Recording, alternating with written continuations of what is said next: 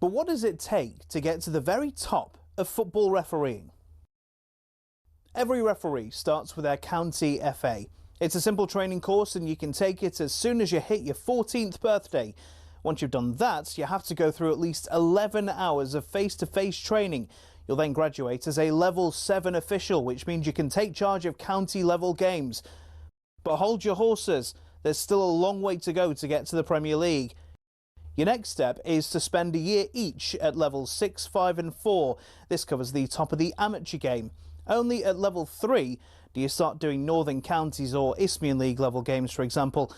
If you've done this all quickly, you can reach level 2 and ref your first National League match after, I don't know, 6 years? After getting enough experience at that level, you can apply to be a referee in the EFL. There's an interview, people watching you do games, and then, if the EFL are happy, you'll be granted a Level 1 licence to ref in games in League 2 and above.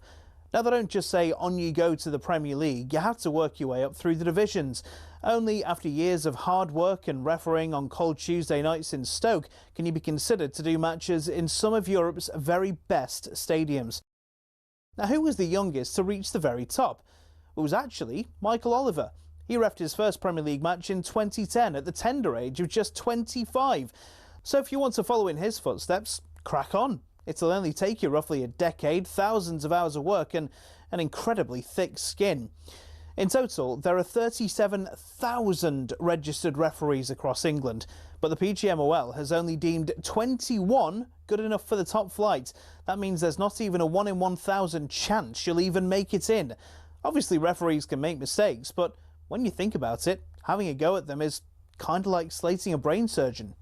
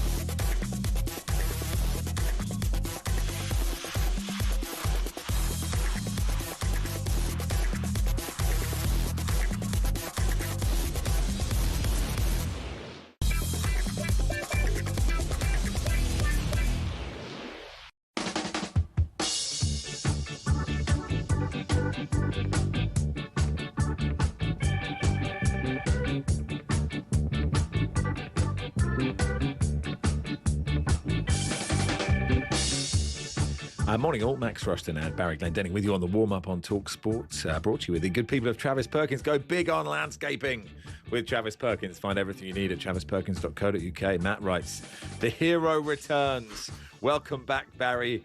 Proud of you. Heart. That's very kind. That's enough, isn't it? So, yes, well done, Barry. There was a lot of love for you last week. I mean, from where, I don't know. Yeah. And a staggering amount of money raised by these good people who are listening right now. And they surprised me. I didn't think anyone was remotely interested in you, Barry, if I'm being honest. Yeah, and no one was more surprised than me. I'd like to thank everybody who donated last week. It was genuinely overwhelming to come finish the... Did I mention I did a half marathon, Max? Oh, God. We mentioned it a lot. It was like we were sort of begging by the... I must say, though, like, obviously... I met you were Gigi like, Buffon during the week, Max. I even mentioned it to him. Well, of course you did. And he gave me a pat on the back and grabbed me by the right shoulder with his big Buffon hand, and I'm never washing that shirt again. You said he looked you up and down, and he looked quite surprised. Yes. I was a bit sad he didn't pat you on the belly. That would have been the best if Buffon had done that. Yeah. But he was impressed that he flew all the way over from Italy just to get a selfie with me. But anyway, sorry, before I don't want to let this opening bit go without thanking everyone who donated. It was genuinely overwhelming. when I discovered that you and Charlie and the team and our listeners had raised an additional 20 grand while I was out gadding around London, thinking about my life choices, I was gobsmacked, genuinely gobsmacked. So thank you, everybody. It was amazing.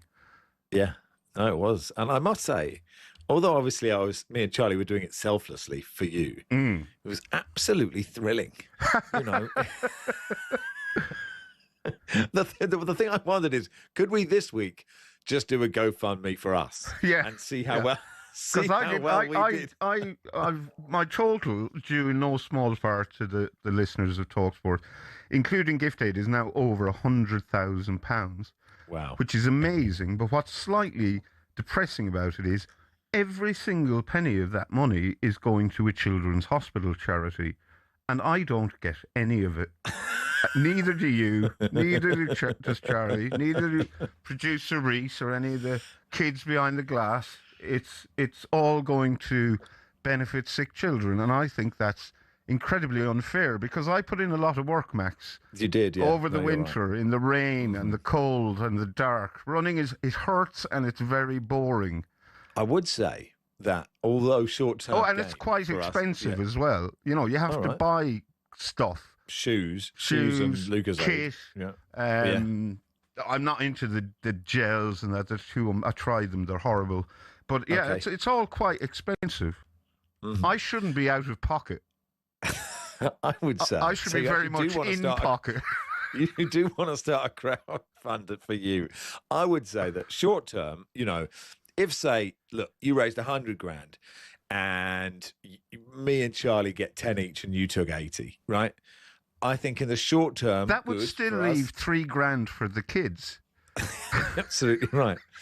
But unless we brazenly did it, which it doesn't feel right, if we tried to surreptitiously do that, I think it would come back to bite us. I think generally the nation looks down on people who steal from charities. It might say, who was it? And I probably can't. I think I know who did that, but I won't say because just in case they didn't end up stealing money. A man walked. Yeah, okay, yeah. And his family, maybe. Anyway, just tends to be viewed unfavourably to steal money that you've said you were going to raise for charity. But listen, I think you should have a little bit. Let's see what we get, shall we? Let's see what we get. If you could just PayPal us, that would be really useful. I did have this is Wayne who says, "Evening, Max. Morning, Barry. Are you going to get the job done in the first 20 minutes and breeze through the rest of the show like Leeds did yesterday? I'm asking because I've got a few jobs to do. I can leave after 20 minutes and come back for the injury time penalty, guess the attendance." And Dave has been in touch to say, "I'm listening to your show for the next 30 minutes. Get all your good stuff out early." Seems tough, doesn't it? I mean, I think we've already peaked. I think you're probably right. Downhill. Do you know what I did? Downhill from here on in. Boring football chat. Yeah, well, my text topic is boring football chat. Oh. But I think it might get some good stories. I don't think it will make anyone laugh. But apart from Schadenfreude, which of course exists in spades in football, and I'm sure you felt differently when Jorginho Rutter put that ball, scored in the 94th minute. Because I'll be honest, right, I'd sort of tend to not take the results too seriously, right? I want my teams to do well. I never expected Tottenham to get relegated, but here we are. But I was so deflated. You know, like that moment when a ball goes in the net and you just feel like all the life has been sapped out of you. You feel empty. I felt totally empty to the point where I didn't really believe it had gone in. I was like, is that because it was so silent, obviously. I know the Brighton fans were there and they cheered, but you just hear this kind of and just the whole energy. I was already, do you know what? Because I was watching it going, I was already thinking about looking at the league table. They already had the as it stands table. I was thinking about what De Zerbi's going to say afterwards and how this is going to be. And it's like, okay, we're out the relegation zone. No, 16th place. Now suddenly, right, it's in our hands, blah, blah, blah. And I'm really I'd mentally prepared. I mean, it was so stupid. I thought Xavi Simons celebrated too much for the goal. At that point, 76 minutes, I was like, mate, come on. Listen, there's a lot of football left in this. But by 94, I was like, we're done. You know, this is done. And it wasn't done, Barry. And I was thinking back, I think the last time I felt that flat about a goal was maybe 2018 Croatia in the semi-final. Just a real, like, a gut punch. Like a total gut punch of conceding a goal. I can't... It's quite funny how every gut punch goal in your life is a source of great joy in mine. Could this be the Schadenfreude you speak of? So when that goal went in for you, what was the Glendenning vibe? The Glendenning vibe was I just burst out laughing. So it wasn't a celebration, it wasn't a fist bump. I was sitting at home alone on the sofa and I just burst out laughing. And because it was genuinely hilarious for anyone who isn't a Tottenham Hotspur fan. I appreciate Tottenham Hotspur fans are being put through the ringer, and I think Spurs will be fine, actually. I think they'll go to Wolves next week. I think they'll win that easy. And I think that will be like this massive release of pressure / tension. And if they don't go to Wolves and win easily, then they totally deserve to get relegated. You can't have any complaint. Yeah. Anyway, I just thought if people wanted to empathise and just think back at the last time you conceded a goal that was like a punch to the guts, that made you feel bereft. I reckon I was at the playoff final last year when Sunderland beat Sheffield United. They'd come from behind and they scored with a goal that seemed to take an eternity to cross the line and creep inside the far post. And I would say for Sheffield United fans, that was the equivalent of a real kick in the swingers. Let's just say what it is, isn't it? Yeah.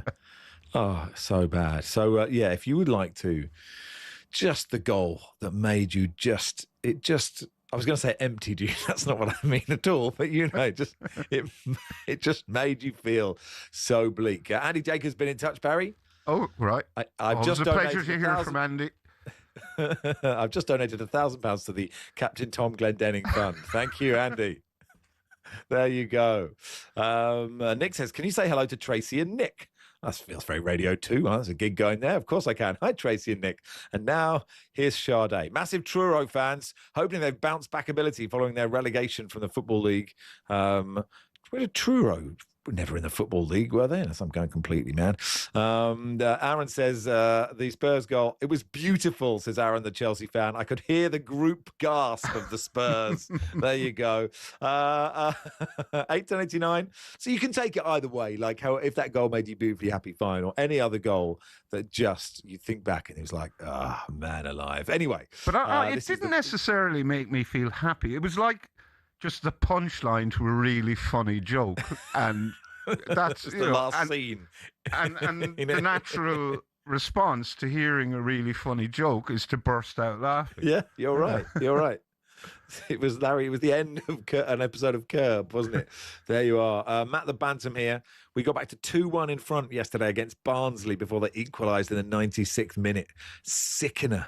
Anyway, it is Max and Barry with you until 1:30. Dave says North Macedonia v Italy to keep us out of the World Cup.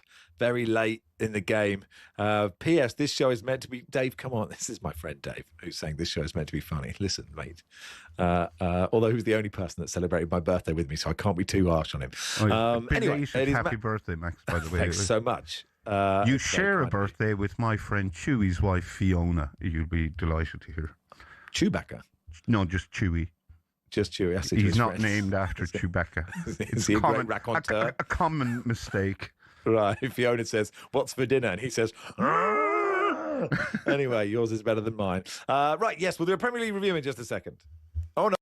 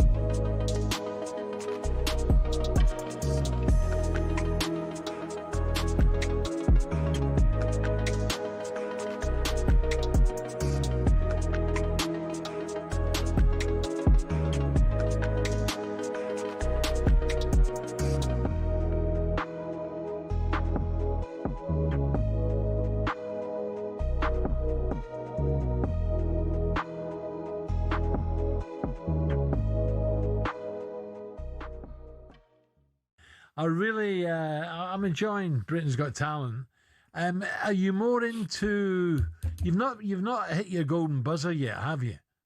No, I have. I hit it for Rafferty. Yeah, I hit it for Rafferty, 16-year-old boy who gelled music and magic together. It was really sick. And like the last one, I watched one last night. I thought it was recording. The choir at the end were very good. The kids from Wales. Yeah, very good. We did the whole 6-7 thing. Do you even understand what that is? You get some numpties on there as well. Oh, you do. But what about the guy with the Scotch egg? He wants sectioned.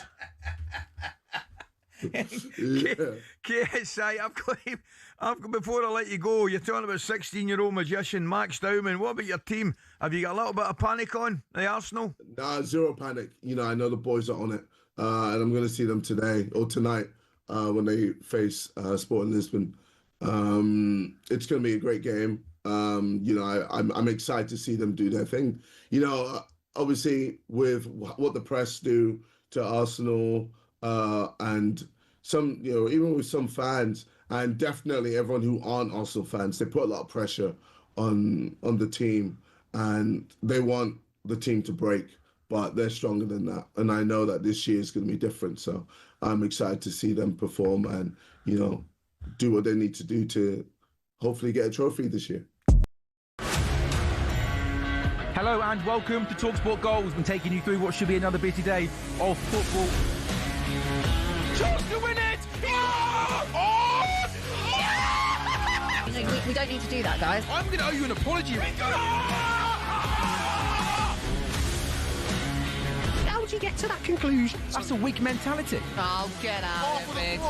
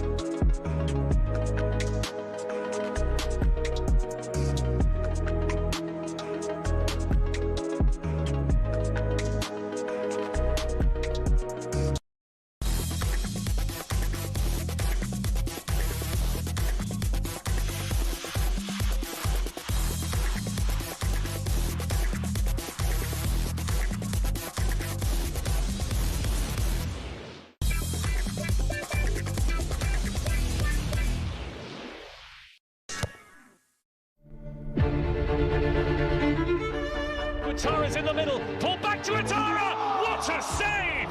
What a save by Leonard! It's an amazing save. And that is the full-time whistle, and it ends 0-0 in the West London derby. The goal here at St James Park, Steve Harmison. It's Newcastle 1, Bournemouth 2, and it's Adrian Truffaut with the goal, the left-back. Chance to wrap up victory here with a third goal for Leeds United. Right-footed, drilled into the bottom left corner. Dominic Calvert-Lewin.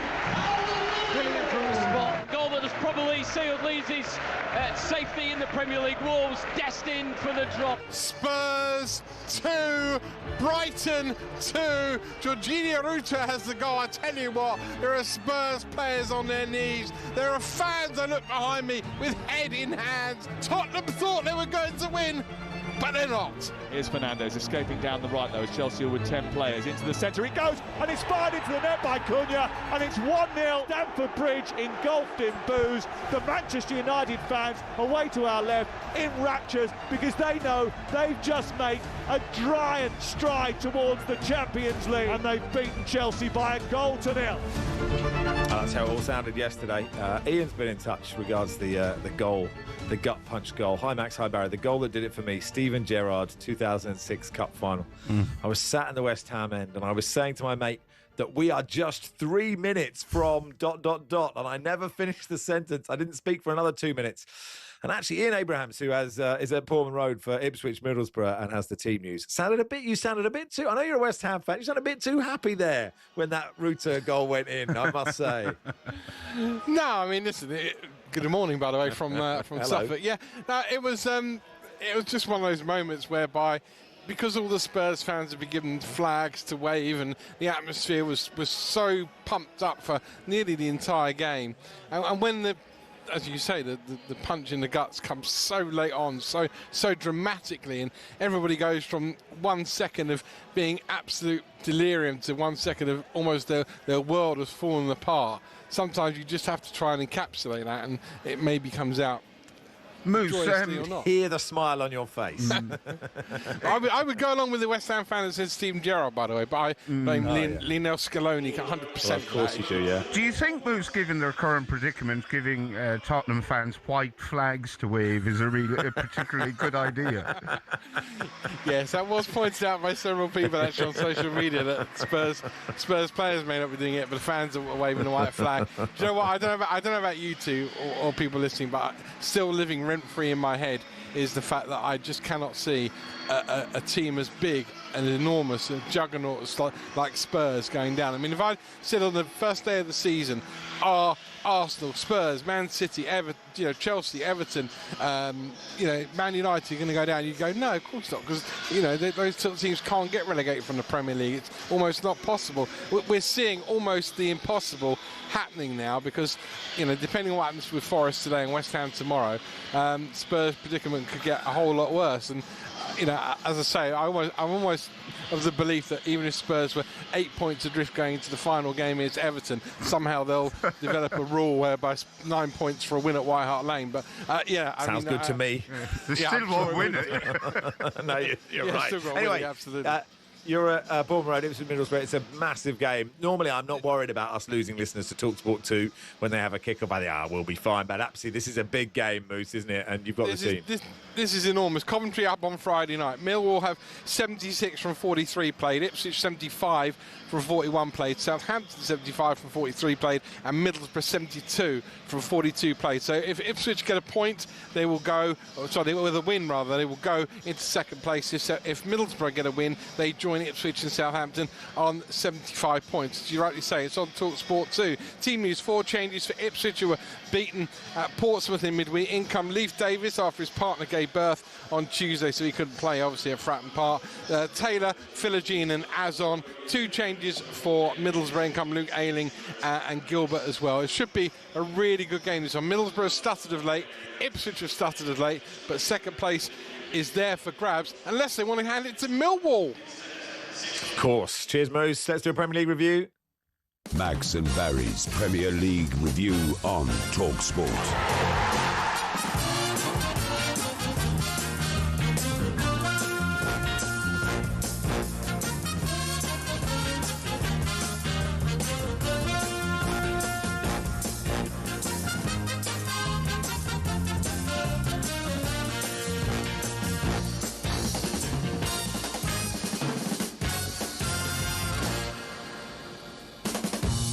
Funny, Barry, how many people are messaging about that Steven Gerrard goal. Really? Morning, Max and Barry. Gut punch of a goal for me was the 06 Cup final. Steven Gerrard's equaliser in the 91st minute. Each time it's ever been shown on TV since, it's appeared further out than it actually was. The next time it gets shown, it'll look like he's taking a goal kick, says Jakey in Hornchurch.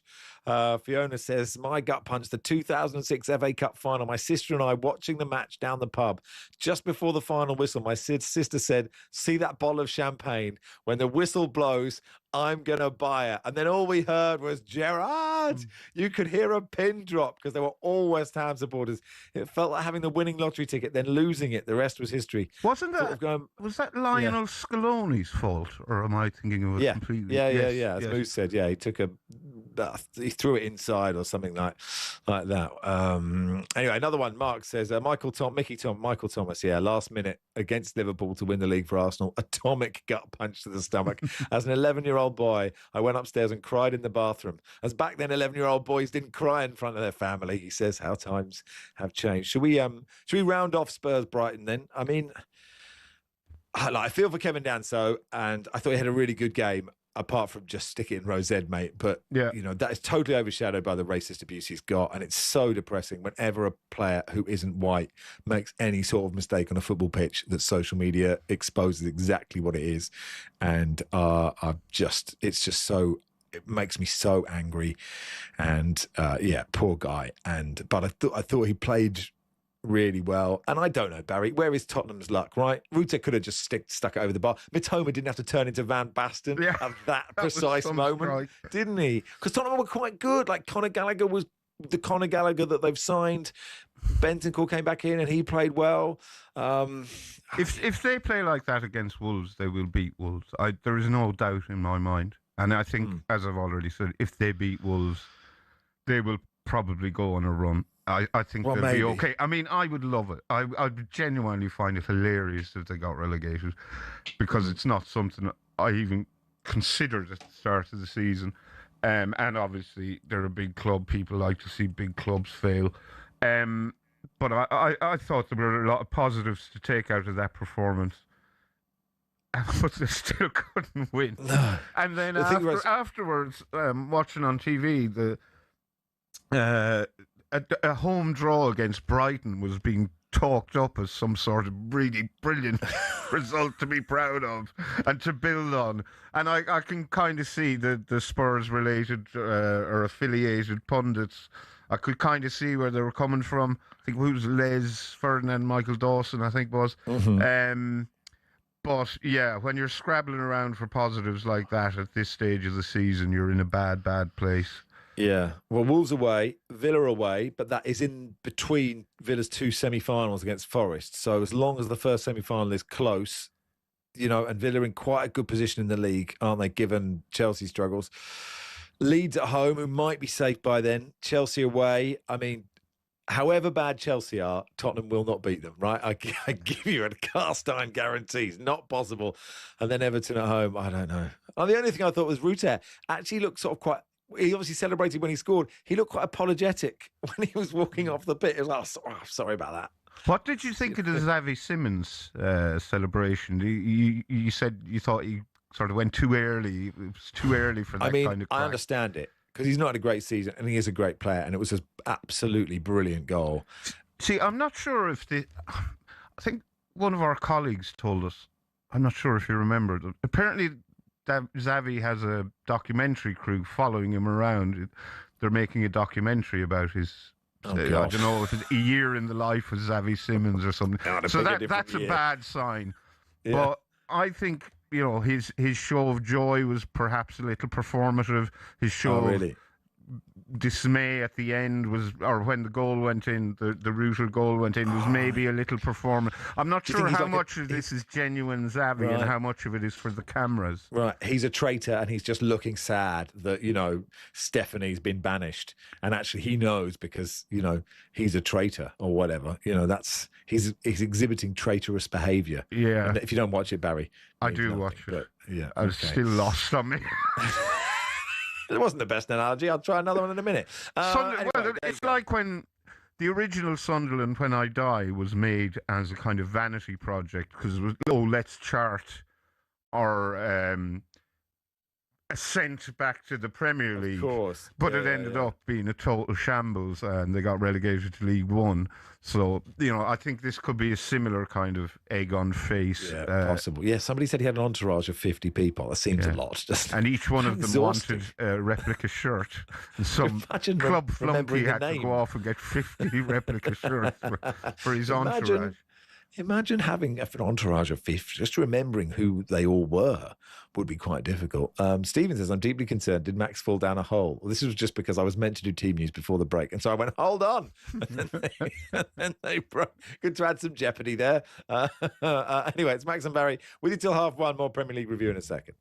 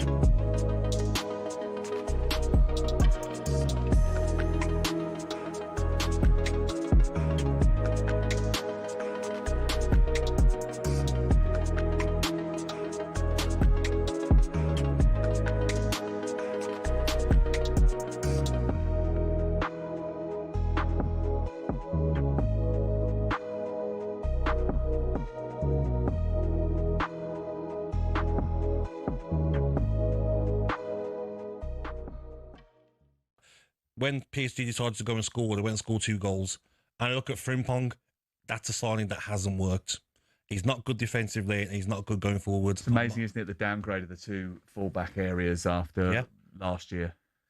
Yeah, I'd still back Kyrgios to come good. I saw enough at Bournemouth to suggest there's a player in there, and I'm surprised with his personality how much he seems to have struggled with the weight of that Liverpool shirt. But then it's been a season of struggle for his more established teammates as well. It's a huge summer, isn't it? We reported yesterday that Richard Hughes, the sporting director, is going to stay despite interest from Al Hilal over in Saudi Arabia. But they need a lot of players, and I'm just seeing there, Joe Gomez is injured again. You can't rely on him to stay fit. Do they move on from Alexis McAllister, who's in the last 2 years of his contracts? Curtis Jones, I think, was keen to move to Inter Milan in January. Does that rear its head again? What do they do to replace Mo Salah and Andy Robertson? These are big decisions that Ekitike out now for probably 9 to 12 months. Yeah, and when is he going to be fit for next season? Exactly. And Isak, has had injury problems, hasn't he, during his career, especially at Newcastle. So you can't rely on him. Exactly. Dreadful. Adam Wharton, a name mentioned to me this morning. We know there's a lot of interest in him for the summer, and Liverpool, one of the clubs apparently in the mix. I couldn't understand, actually, and we had this discussion actually during the week, why they didn't go for a number 6 this summer, because that was clearly an area that they were putting a sticking plaster over. Gravenberch so well, though, didn't he? He did well, but that's not his position. It wasn't why they bought him. So the idea that they used him as a sticking plaster for a season and it worked, are we then sort of saying from then on he's going to be that player? And he's not.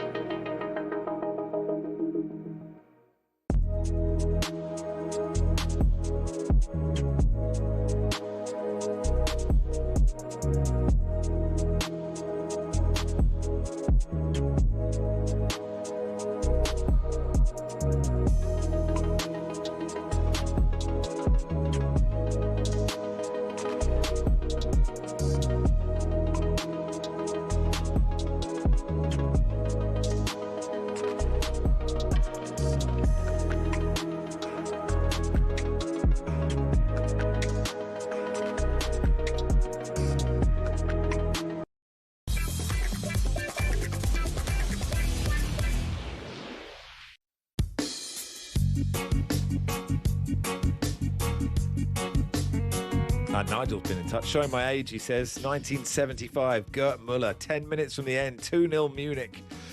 Before that, a legit Peter Lorimer goal was ruled offside, says Nigel. Let it go, Nigel. Swervester says, morning, lads. Missed the show last week. How did Barry's walk, run, stagger go last week? Billy and Jarrett, come on, we're not doing that. We're not doing that again.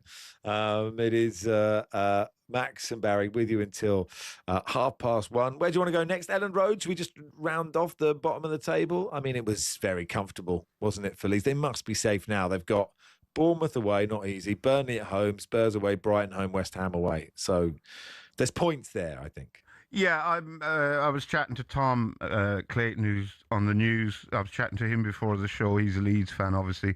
He's still not convinced they're safe, and I think he thinks that even if they win every single game between now and the rest of the season, they'll still manage to find a way to get relegated. He's working on the Sunderland Villa game this afternoon. and he was asking me about Sunderland, and I said, look, it's been a great season, but disaster is never far away where Sunderland concerned, and he went, same with Leeds. So, but yeah, that was a very impressive win yesterday. I think Daniel Farke seems a really good guy, and he's done a terrific job for a man who looked on the verge of getting the sack earlier this season, but he's turned things around brilliantly, and it would be astonishing if they don't stay up with that number of points, although I think it is going to be a high number to stay up this season. I think so, yeah. Yeah, great. James Justin was a great finish. The pass from Aronson for Okafor is so perfect. It is right through the corridor of uncertainty, isn't it? It really was. Keeper doesn't know whether to come or not, and brilliant. And Carl Darlow, I mean, we'll get to the Bernd Leno save, but Carl Darlow made a brilliant save from Krejci there, I think at 2-0 as well. So, like, his balance is the other way. It's a brilliant save, and that could have changed things, I guess. Anyway, to Stamford Bridge, Chelsea 0, Manchester United 1. What is this for Chelsea now? 4 Premier League defeats in a row without scoring, 7 defeats in 10 in all competitions. So they are really on the slide, and now a little bit of they're sixth, aren't they? And they're sort of falling away from the top 5. I'm not staring at the league table right now, but I thought they were really unlucky in this game, Baz.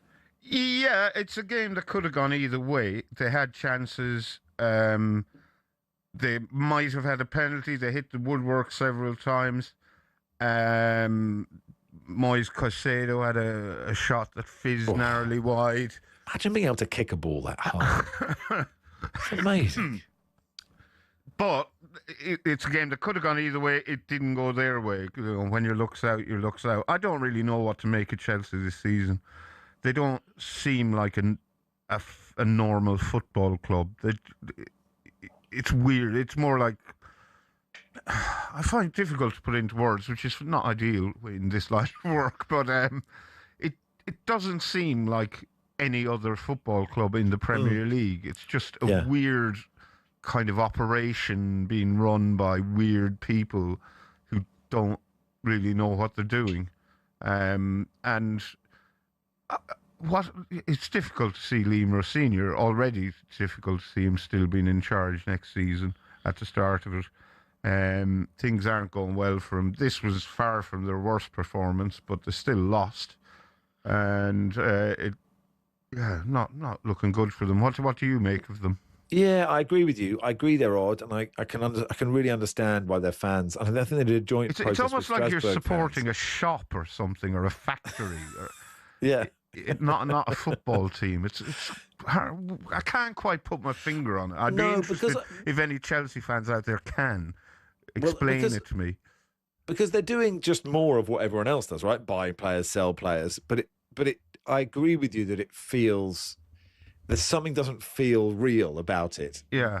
And actually, probably if you break it down, it's not real for any. I mean, really, you're just, I think if you strip anything down to its, what's actually happening, it's ridiculous that you're willing, 11 people you don't know wearing a certain colour outfit to put a round thing in a certain bit of grass. I mean, but Chelsea seem to be a way more extreme version of that than every other team, if you know what I mean. I think you're right. Yeah, you're right. But I did think they were unlucky, and I think for Liam Rossini, I suppose it's odd because they're odd. They may not make decisions like everyone else makes decisions. And also, of course, there'll be a queue of managers who would like the Chelsea job because you get paid buckets and, you could win something. Like they could still win the FA Cup. But I think if you're a really elite manager and you have a pick of clubs, a sort of Iraola at this moment or Xabi Alonso or whatever, you might steer clear of them because, like we're saying, they're a bit weird. Meanwhile, it is worth remembering on Man United front that I think United were 1 point above Spurs when Carrick took the job. And anyway, so if only he had some ties to Spurs, they could have. That would have, convinced him that going there would be a good idea. Anyway, look, they're 10 points clear of 6th now, so it must be in the Champions League. So he's done brilliantly, and I think it's riskier not to give him the job than give him the job, but we will see on that. And yeah, Aidan Heaven played well, given they didn't have any centre-backs available, so well done to them. Speaking of managers under pressure, Eddie Howe, is he He's lost 5 in 6 at St James's Park, which is quite extraordinary. Real boos around the ground. Because the away fans are so far away, like the speed of sound, it's like an aeroplane flying overhead. You hear the boos, and then Bournemouth fans, about 5 minutes later, you hear them cheering. The final whistle's gone because they're so far away. But the real story, the Bournemouth, you can't, right off the bat, they could make it into the Champions League along with Brentford, right? They go on a really good run at the end of the season. It's possible. But Eddie Howe is under a lot of pressure now. I think he is and he isn't. I think he's under pressure because results aren't good enough. The players a lot of them seem to have checked out for the season already. A couple of them seem to have checked out of being Newcastle players, checked out of that. I noticed Anthony Gordon didn't play yesterday. The official line was a minor injury. I'm not so sure about that. I think he spoke out of turn maybe during the week. I think he sees his future elsewhere. I think Anthony Gordon might think he's a far better player than he actually is. He's a good player, but I don't know if he's as good as he thinks he is. I'm not sure anyone is that good. But if Eddie Howe, I think one of two things will happen. He will either leave of his own volition or he will get sacked. Either way, Eddie Howe has plenty of credit in the bank and will get a good job somewhere else in the inevitable massive managerial churn at after the World Cup. And I'm more interested I'm, as a Sunderland fan, predisposed to dislike Newcastle. I'm not a fan of their Saudi owners. I think I've made that clear over the years, but this Saudi switch of focus away from some of their sporting projects, Live Golf in particular, I think that could be a big problem for Liverpool or Newcastle. Not too far down the line, they don't seem hugely emotionally invested in the Newcastle project, and I think the one big black mark against Eddie Howe's name is last summer's transfer business, which has been a shambles. The way the Isak thing was handled, the players they brought in, I know weren't their first choices, but their signings, they spent an awful lot of money last summer, and almost every penny of it seems to have been wasted. I'm not saying Johan Wissa won't come good or Anthony Elanga won't come good. Voltemada, I mean, he started well, but they don't seem to know what to do with him. And there's someone else, Wissa, Voltemada, Elanga. Jacob Ramsey was Jacob Ramsey. He hasn't done much either. No. But yeah, those signings have been terrible. Brentford, Fulham. We should say Bournemouth. Well done. Iraola's leaving. Marco Rosa, who is a really good manager, and Bournemouth normally get these things right. And he looks a little bit like me because he's just has a generic face and a grey beard. But yeah, a great performance from them, and they could finish this season amazingly. I think Harry Wilson should have been sent off for Fulham at Brentford. And that save from Bert Leno is ridiculous. And then my only notes on that one. I watched the first half of Fulham Brentford or Brentford Fulham, and then it was so bored that I refused, on a matter of principle, to watch the second half because I had better things to do. Good for you. Taking your professional responsibility. So, no, the game must entertain you. Good luck watching Arsenal later. Ben said the last time Chelsea scored in the Premier League, the Strait of Hormuz was open. I mean, literally, the last time Tottenham won, maybe it didn't even exist. I don't know. Duncan's it was a glacier. Duncan, who I used to work with at Sky as a director, says, biggest gut punch for me by a million miles, Bobby Zamora's playoff final last-minute winner against Derby for QPR. We battered them and deserved to win by 3. To make matters worse, as a Derby fan, I was directing the show. I had to try and keep my professionalism for all the post-match chat, interviews and QPR celebrations. I still see the goal in my sleep. Richard Keogh, you know what you did. I reckon they probably have more important things to worry about at the moment. I'm surprised we haven't heard from, was it Leicester fans with that Troy Deeney playoff goal? That was... Yes, that has to be up there with. They lost yesterday as well, though. Yeah, they're amazing. Did you see the footage from after that game? Harry Winks was boarding the Leicester team bus, and a pretty sure you don't need to be an expert lip reader to tell that he was getting barracked by angry Leicester fans, and he told them to F off, Max, in no uncertain terms. Yes. I can't imagine, cheeky chappy Harry Winks using that sort of vernacular. But yes, there we are. He's an adult man. He probably knows what those words are. And he's a footballer. He's probably said it a lot. It's Max and Barry with you until 1:30. Lee Phelps will join us in just a second.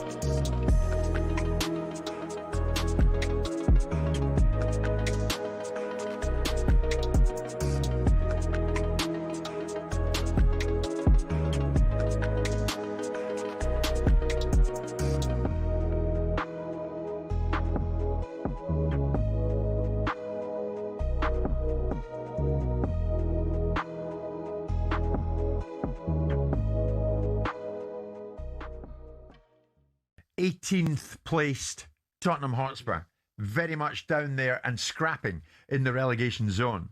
Tottenham fans reportedly have called off plans for another pre-match parade to welcome the team bus before Saturday's home game against Brighton. Last time, didn't it?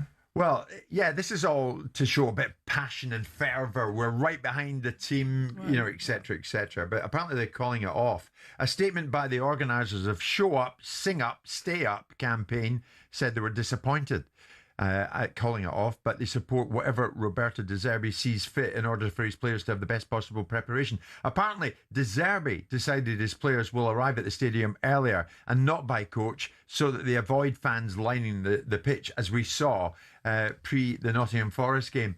Is he right, De Zerbi, do you think? Is he taking the temperature down a bit? Well, I assume he's got method to his madness. I mean, ultimately, the last time they did the show up, stand up, or whatever it was, didn't work so well, did it? They got beat 3-0 by Nottingham Forest.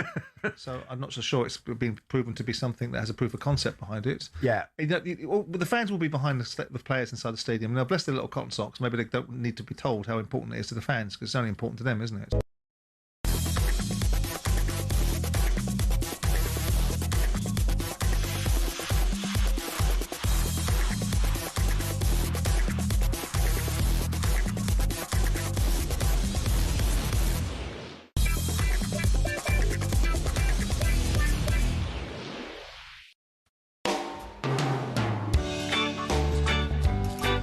Gav says Barry is 100% correct. I've seen the Winks video. Yes, he's not happy, is he? There, young Harry. He's probably about 35 now, but in my mind, he'll always be 19 at the Bernabeu. You kind of have to take well. it on the chin, though, don't you? They're heading for League One, and I'd imagine Harry's on big money there at Leicester City, and he hasn't particularly delivered for them, to the best of my knowledge. I'm open to be corrected on that, but I don't think there'll be a stampede to the message board in his defence. No, I don't. What a funny stampede that would be. Suddenly it goes wild. You leave our Harry alone. I think he's a really nice footballer. Yeah, 41 points, Leicester. So they are, wow, blimey, Blackburn have got 49. So that's 8 points away from safety at the bottom of the Championship. That's quite a lot of points at this stage of the season. Let's take the latest odds ahead of today's action with William Hill. In the Zone on talkSPORT. Brought to you by Final One Standing. New from William Hill. 18 plus gambleaware.org. Terms and conditions apply. Lee Phelps joins us. Morning, Lee. Morning. How you doing? Yeah, good. Thank you very much. We should start with 4:30 today, the title race. We haven't touched on it yet because we were looking at yesterday, but Man City versus Arsenal. Yeah, huge game. These are the games, aren't they? Arsenal are 8-11 to win the title. 6 points clear as it stands right now. I think everyone seems to be forgetting that point. Better to have the points on the board, I think, even though, Man City have got games in hand. But 8-11 favourites. Man City 6-5 to win the title. City will go odds on if they win today, with Burnley to come on Wednesday. 3 points there and the level on points. The goal difference gap is, 3 at the moment in the Gunners' favour. So you think if City win and then go and beat Burnley, then you'd imagine that would swing as well. So, yeah, City could be clear top after the midweek Premier League game. So, yeah, today's game, City are odds on 17-20. The draw's 5-2. Arsenal are just a smidgen under 3-1. They were 3-1 on Thursday, so just a smidgen inside 3-1 now at 14-5. There's not many games that you're going to get Arsenal around the 3-1 mark. You know, remember they were the best team in the world 3 or 4 weeks ago. Yeah. So, you know, Champions League final, if they get to there, you know, will they be as big as 3-1 against the likes of, you know, PSG, for instance? There's an epic boost on this one. It's Erling Haaland to score. 6-4 from odds on. Scored in each of his last 3 in the league versus Arsenal. Was a little bit anonymous in the League Cup final. But yeah, always obviously a danger. You've got a 50% boost on your winnings for Bet Builder, impact some on your player picks there as well. So we're going to town on this one. We know how big a game it is. It was September 2024, I think, the last time these two played at the Etihad. Finished 2-2. Trossard was sent off in that one. So I'm going to go for, I think City will win, but I'm going to leave that out of the Bet Builder. I'm going to go Arsenal, most cards. Cherky to score or assist. I think he's just been fantastic over the last month or so. Both teams to score as well. That's just under 10-1 with the boost. Do you have the odds on Arsenal being a hard watch today? I can't see how they're going to suddenly change their strategy and way they're going to play. So no. and they probably shouldn't, right? They shouldn't. If they get a draw, they're on top of the league. They've done really well this season. You know? Did either of you hear Tom Hiddleston, the actor? He was on Sky Sports on Friday, and everyone presumed they must have tried to book Tom Huddleston, and Hiddleston came. They ended up with Hiddleston by mistake. There was a great tweet that said somewhere a director is very confused in a meeting with Tom Huddleston. So anyway, Tom Hiddleston, Lockie, and the night porter, I thought what he said was very interesting. He was talking about Arsenal. He said, pressure is a privilege, and if you're feeling any pressure or weight of expectation, you are breathing rare air that very few of us get to live inside. Imagine the privilege of being top of the league, the privilege of being the only English team left in the Champions League, and the privilege of being chased down by a team as good as Manchester City. I think if Mikel Arteta said that kind of thing to his players, rather than sitting in the corner rubbing 2 sticks together trying to light a fire, they might actually beat Manchester City today. So I'm saying if Arsenal don't win anything and this season and Arteta leaves, Tom Hiddleston should get the job of replacing him. It's a good shout. It's inspired me. That is hard. That is a hard man to inspire. Where we like did pump and did the music start playing on your head? Did you stand up? Did you applaud Tom Hiddleston? Absolutely amazing. And actually, he was really reasonable about Tottenham as well. He's like quite a sensible. He's not.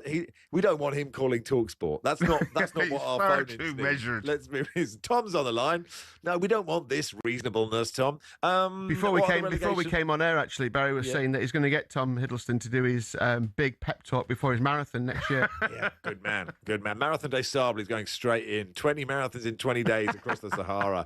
No half measures for Barry. The relegation odds, dare I ask? Yeah, Spurs odds on now. We've taken Wolves and Burnley out of the betting. Spurs odds on 10-11, 31 points from 33 games, minus 11 goal difference. West Ham next in the betting, 13-8. 32 points from 32 games, of course, play Palace on Monday night with minus 17 goal difference. Then Forest 9-2, 33 points from the 32 games, minus 12 goal difference, and have obviously got Burnley today. They're 2-1 on to beat them today. Leeds with their 39 points are 33-1 in the betting. I think that unless there's an absolute catastrophe for Leeds, which it doesn't look like there will be, then they're home and hosed. I think 38 points was always the line. A point a game would probably do it, and Spurs are just off that pace, aren't they? So I mean, Forest had Europe in midweek, didn't they? But you'd expect them. I mean, these are the games that you have to beat. As you were saying earlier on, Barry, Spurs have to beat Wolves. Yeah. If you don't beat Wolves, then you don't deserve it. And Forest have got a golden opportunity here to play, the second worst team in the division, Burnley, at home. So they have to go and win that, I think. Yeah, I mean, Spurs haven't beaten Wolves yet this season. They've had one go, just to be clear. What about, it's a big Merseyside derby, isn't it, today? Yeah, Everton just over 2-1, 12-5 the draw, 23-20 Liverpool. Looking for the third straight win at the home stadium. There's been a lot of chat about not been able to settle in. It's often difficult to settle into a new stadium. I think they need big moments and great moments. They beat Chelsea 3-0, but a win over Liverpool obviously would be huge for the season, but also I think for that stadium as well. Epic boost on this one is a goal to be scored in both halves by either team. Evens from odds on there. Stake limits apply to the Epic boost today. Quick one at Villa Sunderland, of course. Sunderland are decent enough price, just under 4-1 to win at Villa, who obviously had Europe in midweek as well. Their odds on, and then Ipswich Borough, Ipswich 5-4, Borough just under 2-1. 80% of bets on Ipswich ahead of this one, and they're 1-4 to be promoted. Borough 5-4 to get up to the Premier League with Coventry. I think Villa are an absolute lock to beat Sunderland today because I think after beating Spurs last week, I think that's it. Sunderland to the beach, boys, and that's fine with me. Thank you, Lee. Good stuff. Pleasure. Ipswich Borough, by the way, live commentary of that game on talkSPORT 2 if you're bored of us. And that kicks off in 3 minutes' time. That was the latest odds brought to you by Final One Standing from William Hill. Terms and conditions apply. 18 plus gambleaware.org. We'll do some Arsenal with the comedian Arsenal fan Jacob Hawley in just a second. In the Zone on talkSPORT. Brought to you by Final One Standing. New from William Hill. 18 plus gambleaware.org. Terms and conditions apply.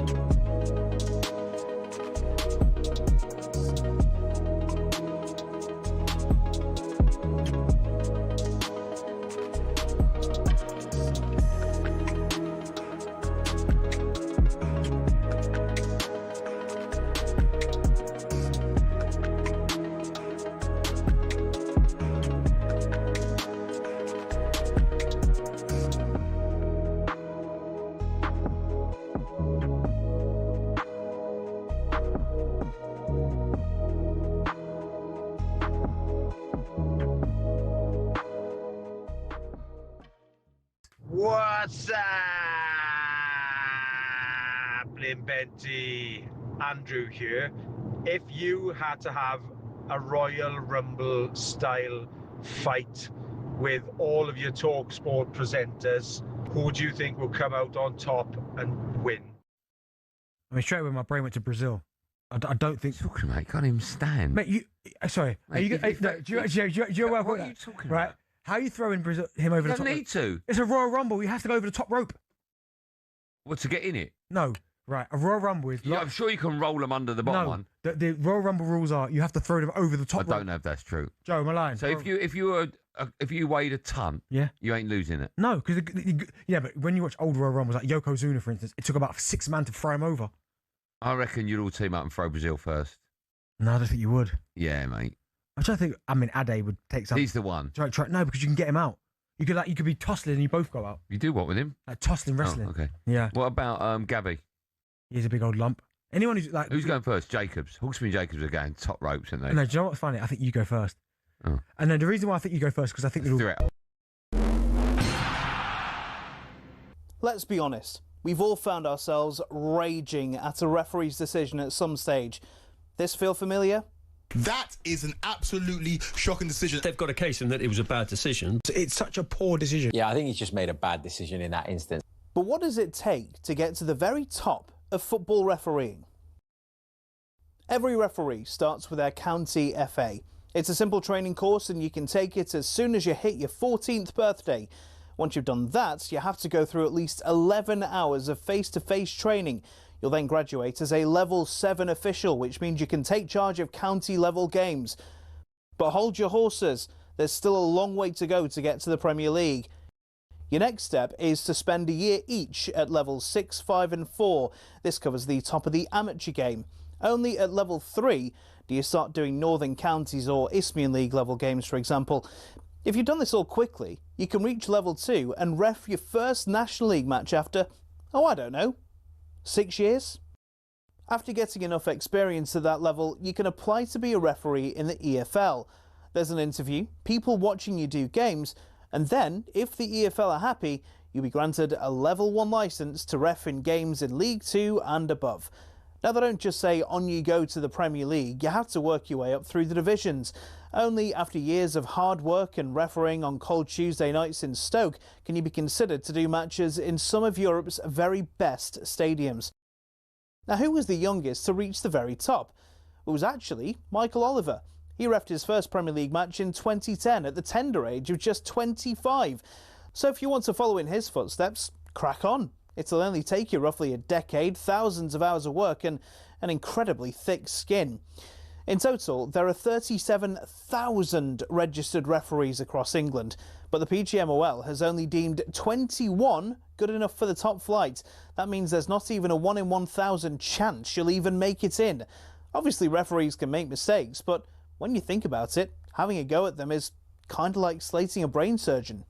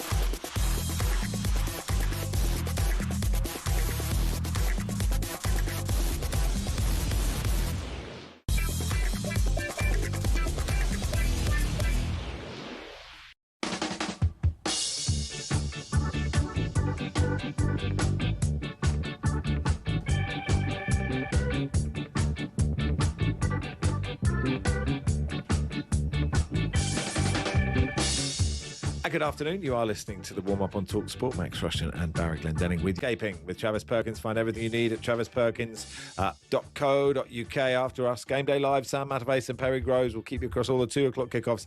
And, of course, the big game at the Etihad today, Man City versus Arsenal, kicking off at 4:30. Let's hear a bit of Arsene Wenger. It's a bit late, isn't it? Let's hear some Arsene Wenger. Someone's just sent me that the offside law in Canada, which is now daylight, Arsene Wenger's completely ridiculous idea, which will ruin football. And somebody scored in the Canadian League where they're just miles offside, but they're not offside because Arsene Wenger's made Canadians play with a stupid law. Anyway, let's hear from Mikel Arteta, the current Arsenal manager, ahead of this game. It's certainly the most important one because it's the next one. So we have earned the right to be in this position, to be challenging, and with the possibility to win and the opportunity to win on Sunday, arguably against the best team and the best manager that this league has ever seen. And that's a huge privilege. And we cannot wait to play the game. We're going to prepare the game to win it, that's for sure. And we see it as a big opportunity for us. Maybe he'd been listening to Tom Hiddleston there, Barry, because he said it was a huge privilege. Let's talk to the comedian and Arsenal fan Jacob Hawley. Afternoon, Jacob. Afternoon, gentlemen. How are we doing? Very well. Yeah, very good. I think we spoke to you before, me and Charlie spoke to you before the sporting game as to whether everyone connected with Arsenal had lost their mind. And it was, it wasn't the most thrilling game that evening or the most thrilling game I've ever seen, Jacob. What a spectacle. What a blockbuster. A 0-0 for the ages. I was there, and I don't know if I've ever had as many conversations with the people around me as I did during that game. That was we got through a lot of stuff. We talked news, we talked Strait of Hormuz. I learned a lot about the people around me because there was nothing to talk about on the pitch during that game. Were they conversations or therapy sessions? I think it was sort of distractive conversations there. I think every Arsenal WhatsApp group I'm in this morning are in different levels of therapy. There are people who've given up. I've got one guy who's saying he's not going to watch it because he knows which way it's going. There's one guy who was certain we were going to lose, but has now managed to get a ticket, and I think he's in a car on the way up the M1 now, and he somehow decided to swing the other way and reckons we're going to win 3-1. So all over the place, basically. It's the psychology of Arsenal fans right now. Is it as simple as, I mean, we were just chatting before, like you can't change really how you're going to approach this now. You can't, going gung-ho just because everyone is teasing you for not going gung-ho would be, seems like a bad idea. Do you know what I mean, Jay? I mean, I'd really like it if you did, because it would make for a great game. But like, are you accepting of it? Is it just as simple as, if we win something, it doesn't matter the way we've played? Or is it, or how are you feeling is my question I just should have asked. How am I fit? I feel horrendous, to be honest with you. I think I've used my toilet about 7 times this morning. I'm not talking to my kids. My wife thinks I'm looking for an argument, but I'm just anxious. I think this sort of style of play thing, there's been so much debate about this. I don't think we intentionally play bad football. I think for a lot of this season, we've had bad footballers on the pitch because our best players are knackered. And I don't think, in terms of like what the manager's telling them to do, I don't think it's actually much more complicated than that. If you go back to the other fixture where City came to the Emirates, they played with 10 men in their own box for most of the game because we had players fit back then, and we played well. And I mean, after that game, all the conversation was about how we'd never seen a Pep team do that before. So I don't think we've necessarily done that since then. I don't think Arsenal's tactics since then have been to camp in our own box, hoof it clear, and try and play on the break. I think it's just we've tried to do what we usually do, string a few passes together and score goals. We just look rubbish. We've just had rubbish players on the pitch, so we haven't looked very good at it. Despite all of that, we're top of the Premier League, 6 points clear. Finished, top of the Champions League when it was in a group stage. Now we're the only English team in a semi-final. I think some of the misery around it is a bit overblown, to be honest. Yeah, I mean, I was likening it to, if one of your loved ones is in surgery, you don't have a good time, but the doctor comes out at the end and says it's been a success. Is that how it feels? Like there's no pleasure. You're not enjoying it, but it might actually turn out well in the end. But I kind of get what you mean, but it's like. I would go with that analogy if we were in Spurs' position of a relegation drop. Yeah, okay. We would need life-saving surgery if we were in Tottenham's position of maybe losing our status as a Premier League team when we have £1 billion stadium. But that's not where we are. Like no. we are better than.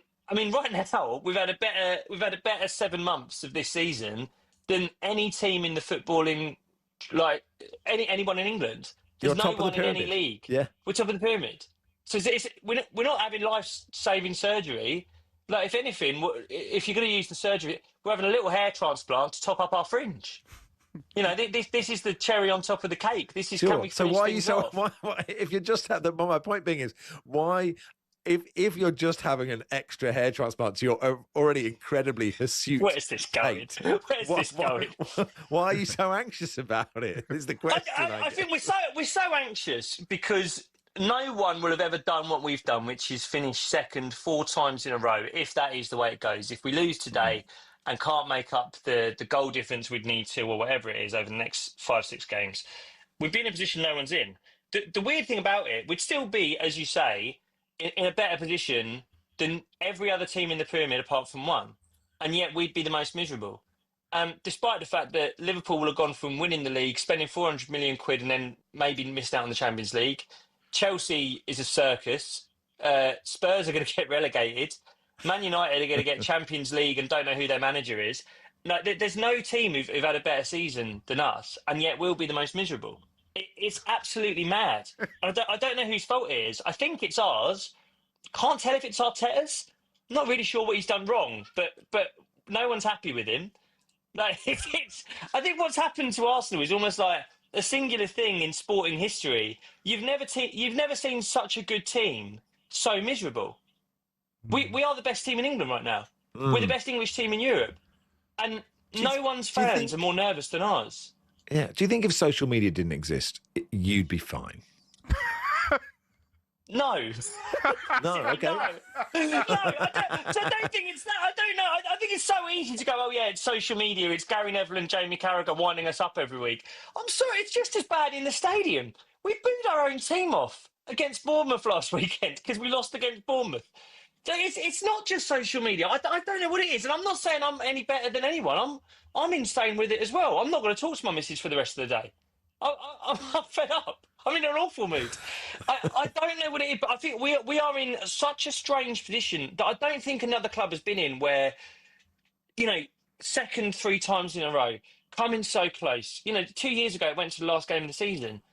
Champions League semi-finals last year. We've been so close, and we've been telling ourselves, and other people have been telling us that we should have done it this season since October.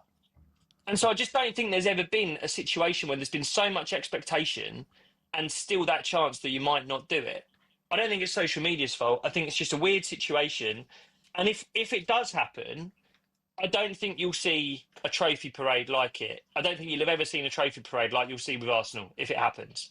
Because the amount of tension that will get let out, Arsenal fans won't be around for the World Cup because we'll still be celebrating our title if it happens. If it happens.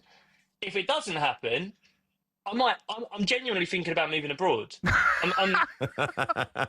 Because it won't be livable. It won't be livable. And it's like, honestly, I don't think any fan base has ever been this stressed. I think, honestly, I'd rather be in Spurs' situation. I'd rather be in that situation of we could save ourselves, stay in the Premier League, because it's not as bad as what this could be. Yeah. I was about to say to you, Jacob, you very much sound like you'd much prefer to be comfortably mid-table with nothing to play for and out of the Champions League in the round of 16. Oh, God. But Jacob, I'll tell you what, I'll make a deal with you. It sounds so good. I'll make a deal with you. If Arsenal fail to win either the league or the Champions League and England win the World Cup, I will move abroad with you. No, honestly, I'm sort of playing it up a bit. I think we'll be all right today. I think we'll be all right today. I think we'll have learned some lessons from Carabao. And I'll be honest with you, I think, and this might be famous last words, I think City's resurgence might be a little bit overstated. It was only a month ago that we beat Everton at home whilst they drew at West Ham. And at that point, everyone said this league was done. Since then, they've beat us in the Carabao final, fair. They've won a couple of cup games, and then they've won 1 game in the Premier League.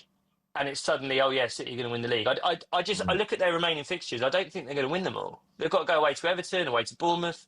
I don't think they're going to win all of those games. Now, the problem is, I don't think we're going to win most of ours either. I'm looking at Fulham and Crystal Palace and I'm panicking. But I don't think this is the sort of cup final it's been made out to be, that whoever wins today will win the league. I think there's a long way to go. I wish you luck, Jacob, and I hope that the social media team didn't hear that bit where you said, I think their resurgence or whatever is overblown after a 4-0 victory for City, and they put that up, and then you become the meme. Well, it won't be, and then there'll be that guy with an Arsenal bottle who's now made £50 million from selling Arsenal bottles, and then he's the new president of the world, and etc. Anyway, onwards and upwards. Thank you, Jacob. Thanks for coming on. Thanks, lads. Jacob Borley there, comedian and Arsenal fan. Let's go to the Moose, who's watching the early stages of Ipswich Borough in the Championship. Hey, Moose. Hi, nearly quarter of an hour gone. Ipswich 0, Middlesbrough 0. Best chance to Ipswich. A flick at the near post from Aslam from a ball in from Furlong. Also, real sort of miscommunication between the goalkeeper and the centre half, almost letting Leif Davis. But on that occasion, Borough managed to clear their lines. The game is live on talkSPORT 2. It's important. It's at the top of the Championship. It's 4th against 5th. It's Ipswich 0, Borough 0. Do you want some feedback from Darren, Barry? Well, I've seen Darren's feedback. Yes, go on. Yeah. You could share it with the group. I will share it with the group. And it's not just us, remember? All the listeners too. OMG. What is this today on Now Live? Full stop. These 2 clowns, one living in Australia, it's absolute dross. Thank you, Darren, so much. It's 81089 on the text. If you'd like to send it on WhatsApp, 0371722. I thought we were doing quite a good show, actually, as it goes, Barry. It's been ticking along quite nicely, but, I think some people just don't like us, Max, and that's fine. It's fine, Darren. It's okay, Darren. And if they want to pay whatever it is, 50p to tell us they don't like us, all the better. So much the better. You can WhatsApp insults to us for free, 03717 222 Or call in and insult us, and we try and defend ourselves. Darren, you do you, Darren. All right? You know, it's your life and you're allowed your opinion, and we welcome it. But thank Darren you so is much. entitled to his wrong opinion. Mate, it's not for us to say if it's right or wrong. OMG, what is this today on Now Live? It's quite a good name for a radio show, isn't it? Should we change the name from the warm-up to you're listening to OMG, what is this today on Now Live with Max Rushden and Barry Glendenning. We'll play the footballer game next.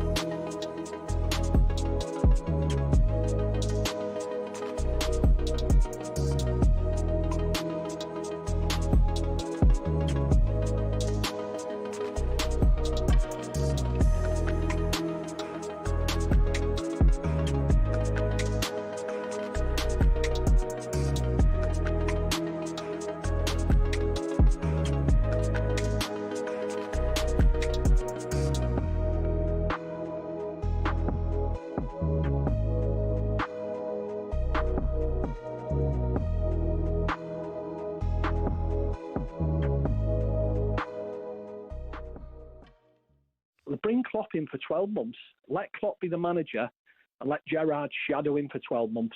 Let him learn from him. What are you on about? And then let Gerrard bring in his own team, because every Liverpool fan in the country, and I know they're listening to this now, would love Gerrard and Carragher on that touchline at some point. Bobby, what are you on about? You don't think it's happening? It's extreme, but... What do you mean it's extreme? Jurgen Klopp's not coming to Liverpool for 12 months to teach Steven Gerrard how to be the Liverpool manager. What are you on about? That's not Why happening, not? Bob. What do you mean, why not? I think. What do you mean, why not? Things that have happened in football. Do you think this is charity? That have happened in football. No, but I think there's worse things that have happened in football. Jurgen Klopp is not taking over Liverpool. No, you ain't doing it. No, I'm not saying on a permanent basis. I'm saying if he was shadowed. Bobby. Don't let Bob talk. Bob, No, but Bob, we speak to you quite a lot, right? And you normally come out with some decent stuff, but that is absolute guff. I don't think it is. No, it is, mate. You're miles off it. You're miles off it. Jurgen Klopp's not going to turn up at Liverpool, come back for 12 months to shadow Steven Gerrard. What do you think this is? No, worse things have happened in football. Well, that's what they'd be doing if they brought Alonso in, if they wanted to bring Steven in as his number two. I just think the club have got to be bold. You know, they've been bold in the transfer market. Why not be bold with future decisions going forward? Well, you know, it would get the fans on side and all of that. I mean, if Bob's coming up with his own version of what my hopes happens, right? There's nothing wrong with that. Fans can dream. Get Klopp back. Yeah, there's nothing wrong with having a 12 dream on months. the wish list, is there? Yeah, but, you know, you've got to be realistic, Bob. It ain't happening. It's not happening. I'm going to tell you right now, that ain't happening.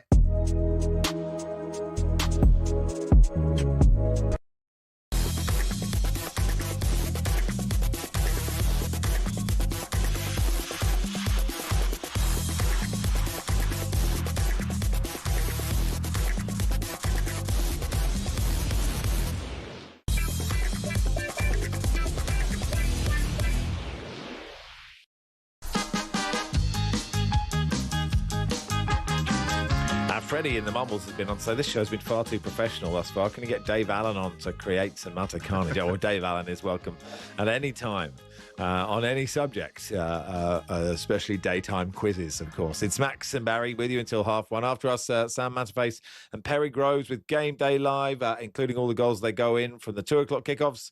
And, of course, Man City versus Arsenal at 4:30. We can play the footballer game with two reporters who will be at 2 of the 2 o'clock kickoffs. Reese is here. Hey, Reese. Hi. You all right? Yeah, surprisingly awake for a man who stayed up until 3 o'clock in the morning to watch the first night of WrestleMania, but I'm getting there. Who won? The Ultimate Warrior? Did he beat Randy Savage? See, I lost a bet with myself because I thought you'd say Big Daddy, but you said Ultimate Warrior, so I like that. lots of decent things-ish happened, and there were more adverts than action. But that is right. just... Okay, and did the bushwhackers beat the natural disasters? Yes. Yeah. Why not? Okay. Good Why stuff. not? Good stuff. Always thought Marty Jannetty underrated as a technical wrestler. Anyway, it's time for the footballer game. It's me, V. Barry, versus Adam Bridge, who's at Villa Park for Villa Sunderland. Hey, Adam. Hello, gents.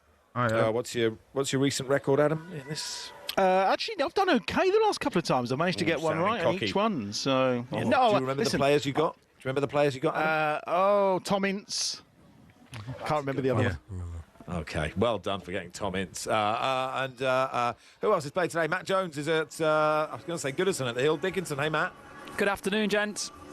What's your recent record in the footballer game, Matt? I haven't played this season, so... Not played this season? No.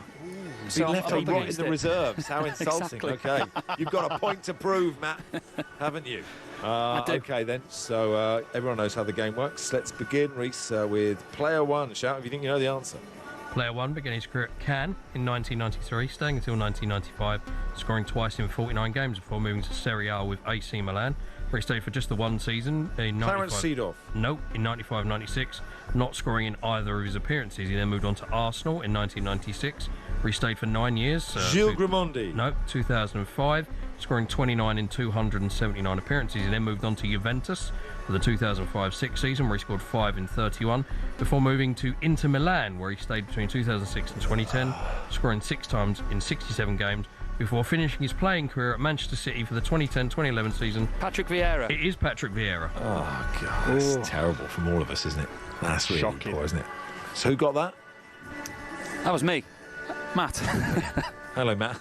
Okay, sorry. Sorry, I wasn't concentrating because I was trying to remember the name of the song that's playing at Hill Dickinson, which... It was Temper Trap. Yeah, it's Temper Trap, yeah. No, Temper Sweet Trap is the Disposition. band. Sweet Disposition. Yeah. So I was Googling Temper Trap, and I wasn't fully... My head wasn't in the game, is what I'm saying. No, you really weren't. But also, you shouldn't be Googling anything while the footballer game is playing. So there we are. Form, Matt won. Adam 0. Matt on he's furious with the manager, but he has been training really well. He's got his head down. He's been a model professional all season, and this is his time. Matt 1, Adam 0, Max 0, Barry 0. Here we go, player 2. Our second footballer began his career at Blackburn Rovers in 2007, staying until 2012, scoring 12 in 81. He had 2 loans in Germany, the first of which was in 2007-8. David Dunn.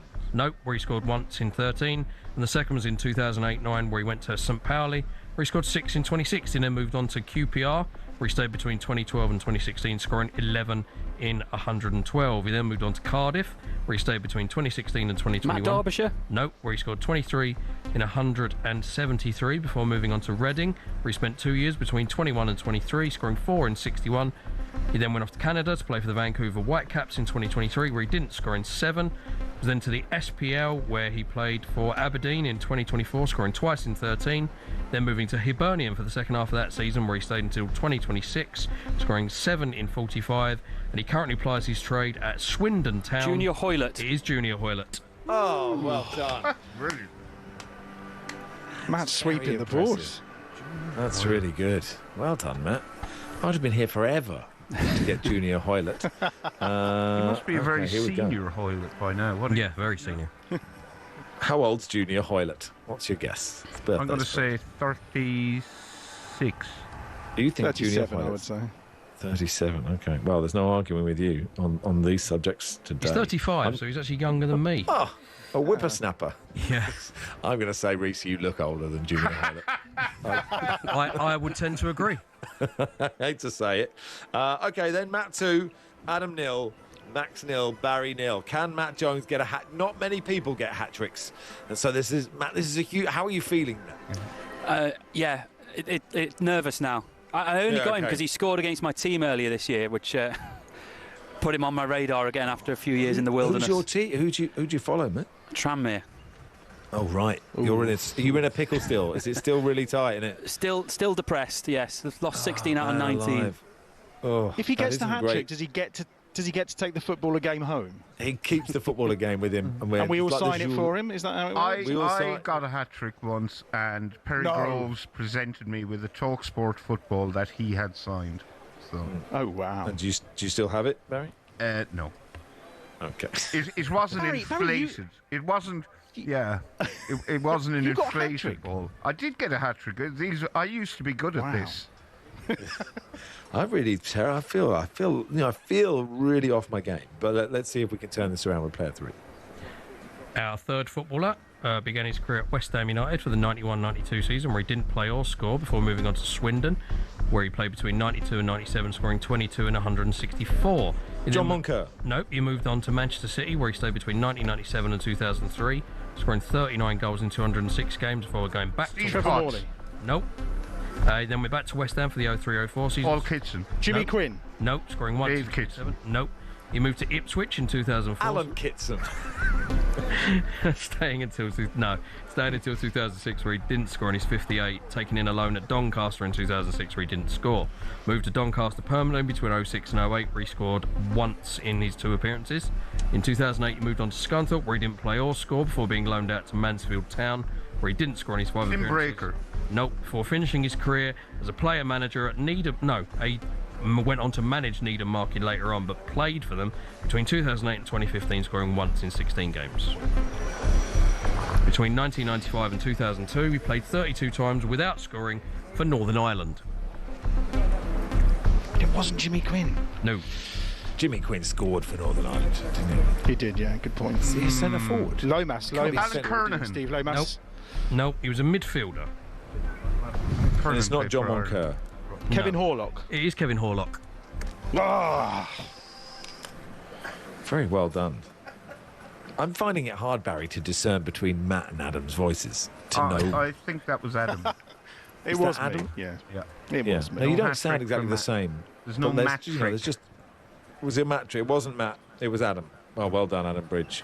If you'd said it in your Smodics pitch, Adam, I'd have got it. All right. Kevin Horlock. Smodics.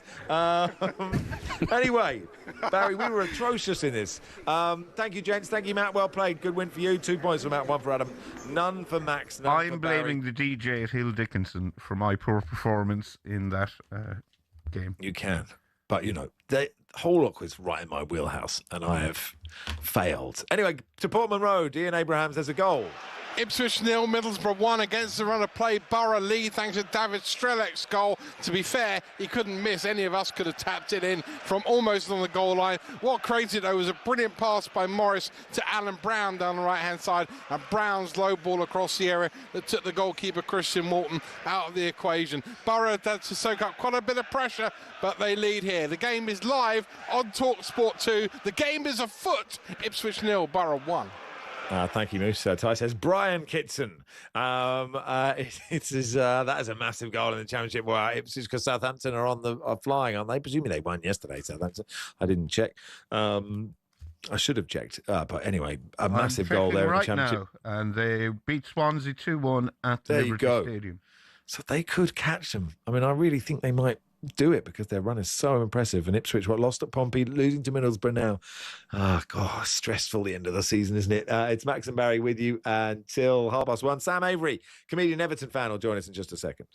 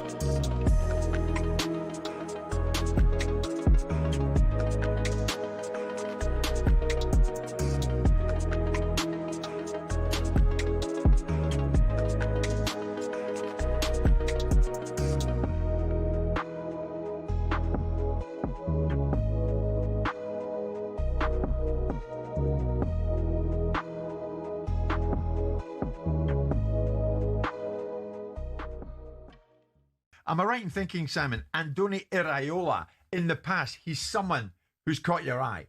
Down at Bournemouth, you've been impressed. Can't not do, can you? I mean, he's done a remarkable job at times. I mean, predecessors of his did remarkable jobs contextually. but he's elevated it even beyond that. The style of play, the manner in which they put some of the biggest teams into their box. They've had players repeatedly sold from underneath them, and yet still managed to produce a talent pool. They've had players sold at the beginning of the seasons, players at the middle of the seasons, and yet the guy has worked the oracle. He started slightly tentatively, didn't he? Because obviously you saw the Gary O'Neill situation where he got bounced out of Bournemouth and everyone thought that was an injustice. This guy came in, couldn't win a game. Gary went over to Wolves. Wolves beat Bournemouth inevitably in that particular game, and everything was looking like a particularly dark day. But he's been brilliant for Bill Foley. Bournemouth's been brilliant for him because it's given him a passage into the Premier League and shown an opportunity to show his trade. Yeah. But he looks to me like a manager that's going in one direction, and that's up. The question will be, how will he go when he manages bigger players in a bigger football club that has bigger expectations than Bournemouth, irrespective of Bill Foley saying that they can afford whoever they choose? Yeah, well, the direction...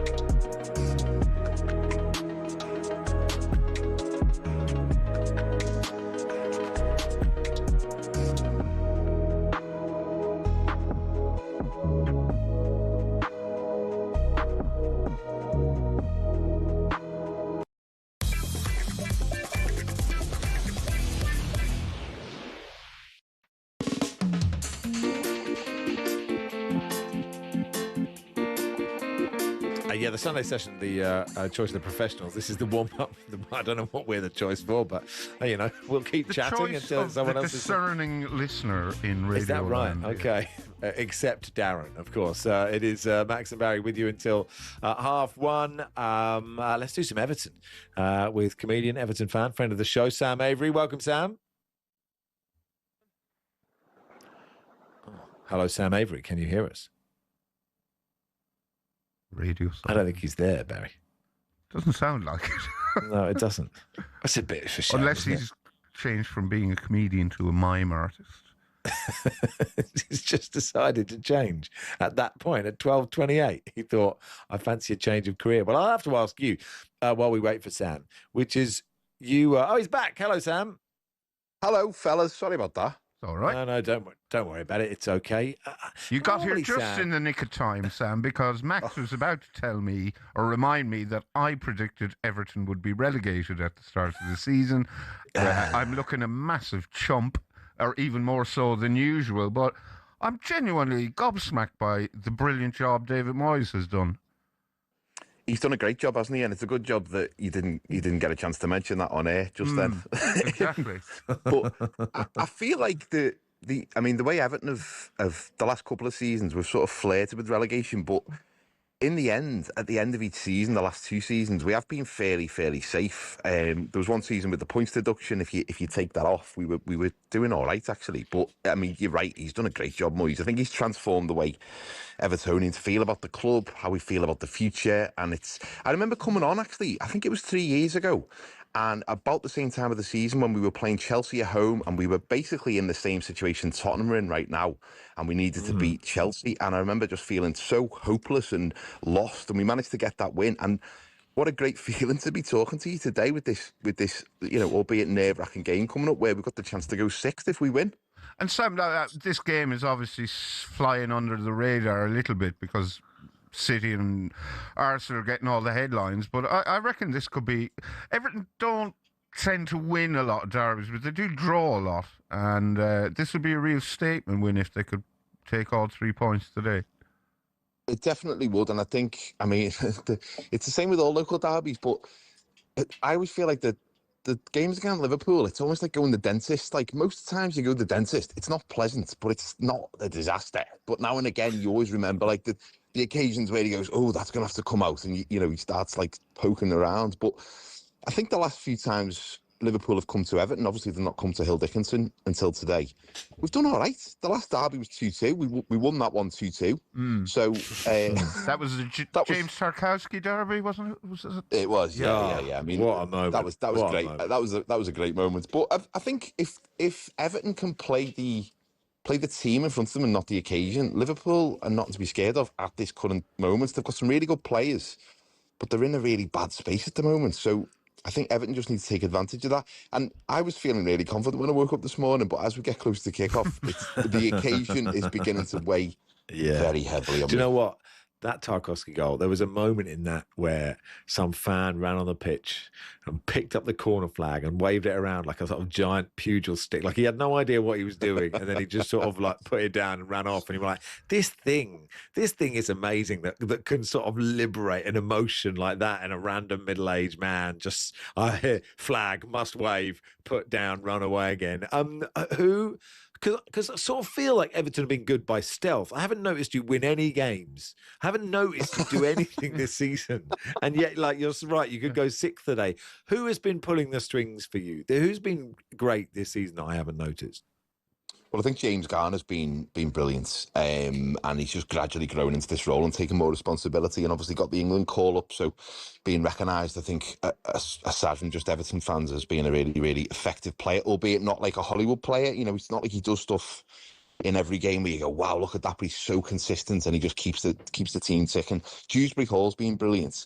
And Beto's coming to form. He's like a magnolia. He sort of flowers in spring. He just comes alive at this time of the season, and his form's been fantastic recently. So, but I think our away form, that's probably where most of the points have come from. I think our away form's second best in the league under Moyes after Arsenal. And it's just our home form's been pretty subpar really until the last couple of games. So it's just that new stadium thing, it does take a bit of time to bed in. A lot of fans are sitting in different areas, not surrounded by the same people.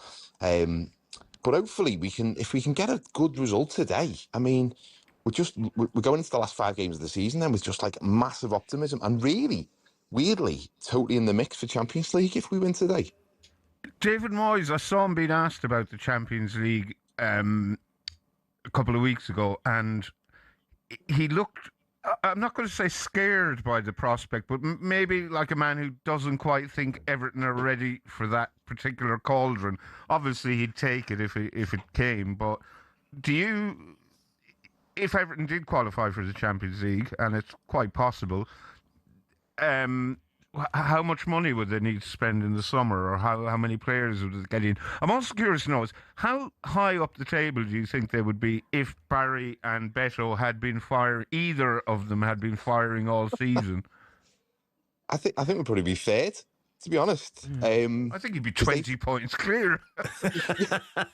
Possibly, because we've basically done this without consistently scoring strikers. But to answer your first question, Barry, I mean, the Champions League, it's what every club wants to get into. It feels like Conference League or Europa League felt like a good kind of aim for us, and the Champions League is almost like it's buying a house with a mortgage that you just can't afford at this point. But why would you not? If someone gives you the opportunity to go into that, it probably would have a knock-on effect in our league season next season. If we did get into that Champions League, we'll probably take a hit. But as we've seen with Newcastle, it's almost like you have 1 year on, 1 year off, and you sort of rotate. We'd have to spend a lot of money.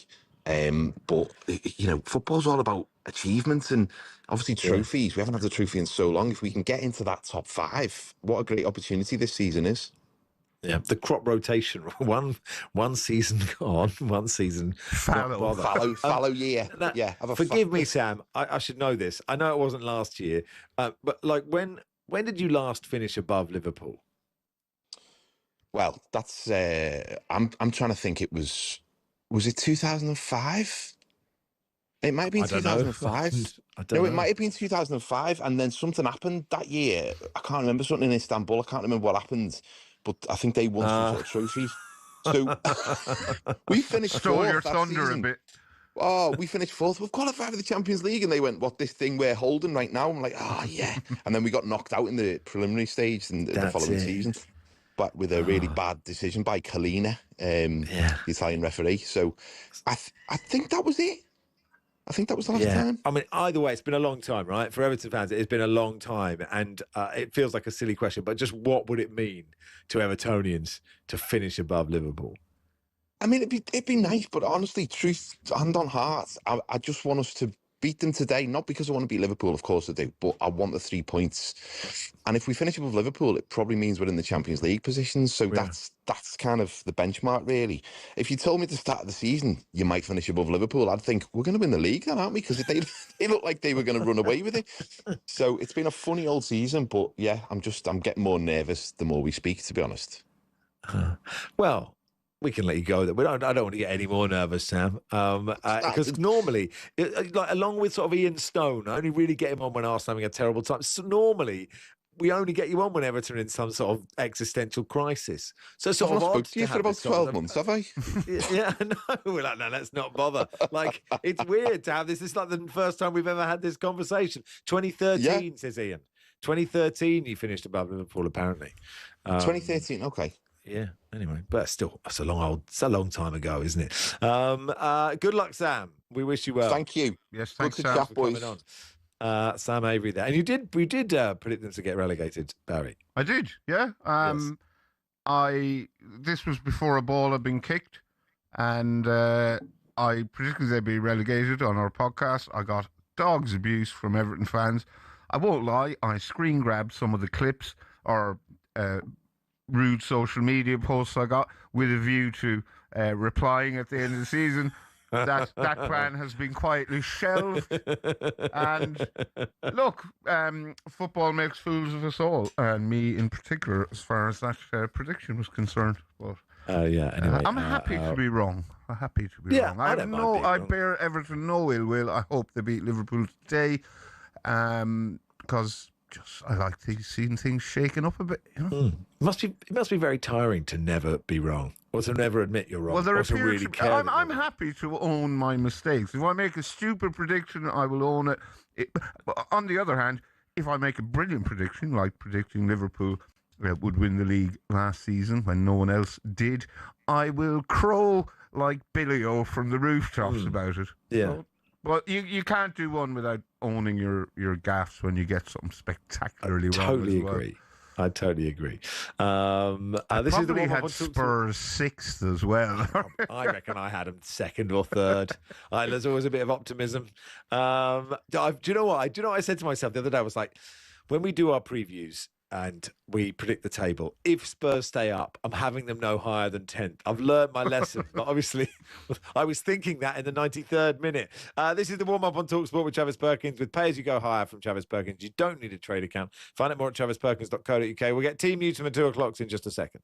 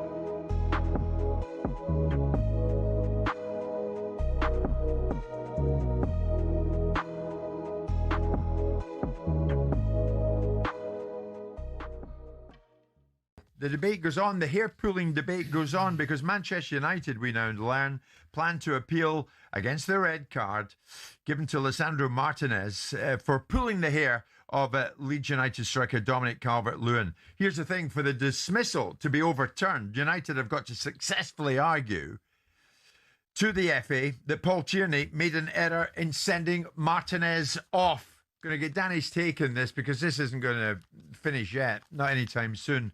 Michael Carrick said this about the sending off and the incident. Shocking decision to send Leach off. It's 2 games in a row we've had decisions like that go against us, but that one I have to say was one of the worst I've seen. So you can elbow Lenny Oro for the first goal in the side of the head, leaning on obviously, and then you can throw your arm in Leach's face, and then as he's off balance because of that, and he half grapple and he kind of half touches the back of his ear, which then pulls the bobble out, which then leads to look like I don't even know what it looks like. It's not a pull, it's not a tug, it's not aggressive. He touches it and he gets sent off, and worst of all, he was actually sent to overturn it, clear and obvious error. It's shocking. Shocking, according to him. Not so Martin Samuel in the Times. Now we know where we stand. Players, coaches, supporters, everybody. Hair pulling may be a playground tactic, but it is a red card offence and a 3-match ban. Got that? Good. Now we can move on. Do you move?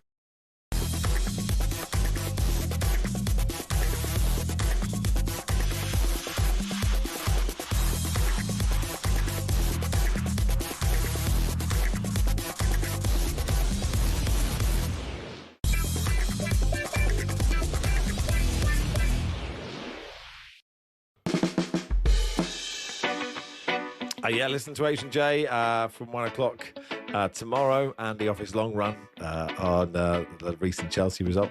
They're still the best. Anyway, let's go to the Moose. It's half-time at Portman Road, Ipswich versus Middlesbrough. Live commentary on talkSPORT 2 at the moment. How's it going, Moose? That seemed like a sort of polite introduction to Ian Abrahams for half-time in Ipswich, Middlesbrough. Do you want to know the score, Barry? I can tell you the score. I know what the score is, Max, so you don't need to tell me. But you can tell the listeners. Some of them may not know that it is 1 goal each at half-time. It is. I can tell you it's 1-1. There you go. We'll get to the Moose in a little bit. Let's first go to the Hill Dickinson then. Matt Hughes has the team news. Hey, Matt. Good afternoon. Yeah, Liverpool, the visitors here today as Everton play the Merseyside derby at Hill Dickinson Stadium for the first time, and the Toffees are unchanged from their 2-2 draw with Brentford last time out when they got a very late point courtesy of that Dewsbury Hall goal. So it'll be Pickford in goal. The back four is O'Brien, Tarkowski, Branthwaite and Mikalenko. Gay and Garner will be the 2 holding midfielders, with McNeil, Dewsbury Hall and Ndai just behind Beto up top. As for Liverpool, that 2-0 defeat to PSG in the Champions League in midweek for them. 4 changes. We knew that Ekitike wasn't going to be involved after that horrible injury that he picked up on Tuesday night. Frimpong, Kirkes and McAllister are the other players to drop out. Curtis Jones comes in. It looks like he's going to be at right back. Robertson is back, and so are Gakpo and Salah. So Mamadashvili in goal. Jones, Kanate, Van Dijk and Robertson across the back. Soboslai and Gravenberch will be the 2 deeper midfielders with against Liverpool from 2 o'clock. Thank you, Matt Jones, of course. I hope that the journalist Matt Hughes got a real rude awakening and thought, oh, God, I need to get to the Hill Dickinson straight away for the team news for Everton. Hughes breaks a lot of exclusives. He'd have been all over this. Well, of course. Yeah. Anyway, where are we going next in the 2 o'clock kickoffs? We are going to Villa Park for Aston Villa versus Sunderland. Adam Bridge watching that one for talkSPORT. Organised chaos. The team news here, Villa have made 3 changes from their win. I'm not sure organised. Just chaos, Adam, but that's how we like it. Adrian Durham, true. Absolutely bricking it at how I'm delivering these team news. Off you go. 3 changes from the side that beat Bologna in that Europa League quarter-final on Thursday night. Digne and Buendia dropped down to the bench. Pau Torres not in the squad today. Mings, Martin and Barkley coming to start. For Barkley, it's his 300th Premier League appearance. So Villa line up with Martinez in goal. It's Cash, Concert, Mings and Martin across the back. Tielemans and Onana in central midfield with McGinn, Rodgers and Barkley supporting Ollie Watkins, who have scored his 100th Villa goal on Thursday night. As for Sunderland, pretty simple for them. They're unchanged from that win over Spurs. Dan Ballard is back from injuries amongst the substitutes. So Riffs is in goal. It's Mukiel, O'Nien, Alderete and Reinildo across the back. Reinildo was sent off when these sides met earlier in the season at the Stadium of Light. Xhaka and Siddiqui in central midfield with Rig, Diarra and Lafay supporting Brobby, who's up front. And we're underway under blue skies at Villa Park at 2 o'clock this afternoon. How many points do you reckon Villa need for Champions League? I mean, you look like Man United are 3 points ahead, and you just feel that is a 10-point cushion to Villa. They win today, you feel like that's probably it.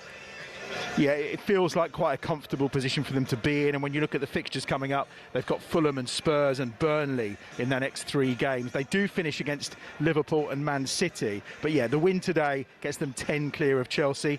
And with 5 games to go, you would feel that that's pretty unassailable. They'll also potentially open up a big lead against Liverpool if they drop points. So I think they'd be happy if they got maybe 2-3 more wins would do the job. 7-9 points, something like that should do the job. But I think they're going to be okay. And I fancy they're going to win the Europa League too. So they could get it on 2 fronts.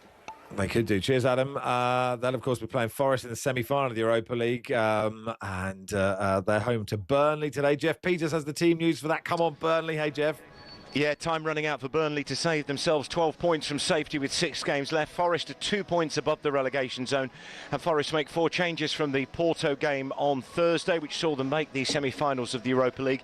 Chris Wood and Murillo have recovered from knocks, and they start. Elliot Anderson back in after compassionate leave in midweek. Bakwa replaces the injured Ndoye. Hudson-Odoi also sidelined. Matt Sells returns in goal.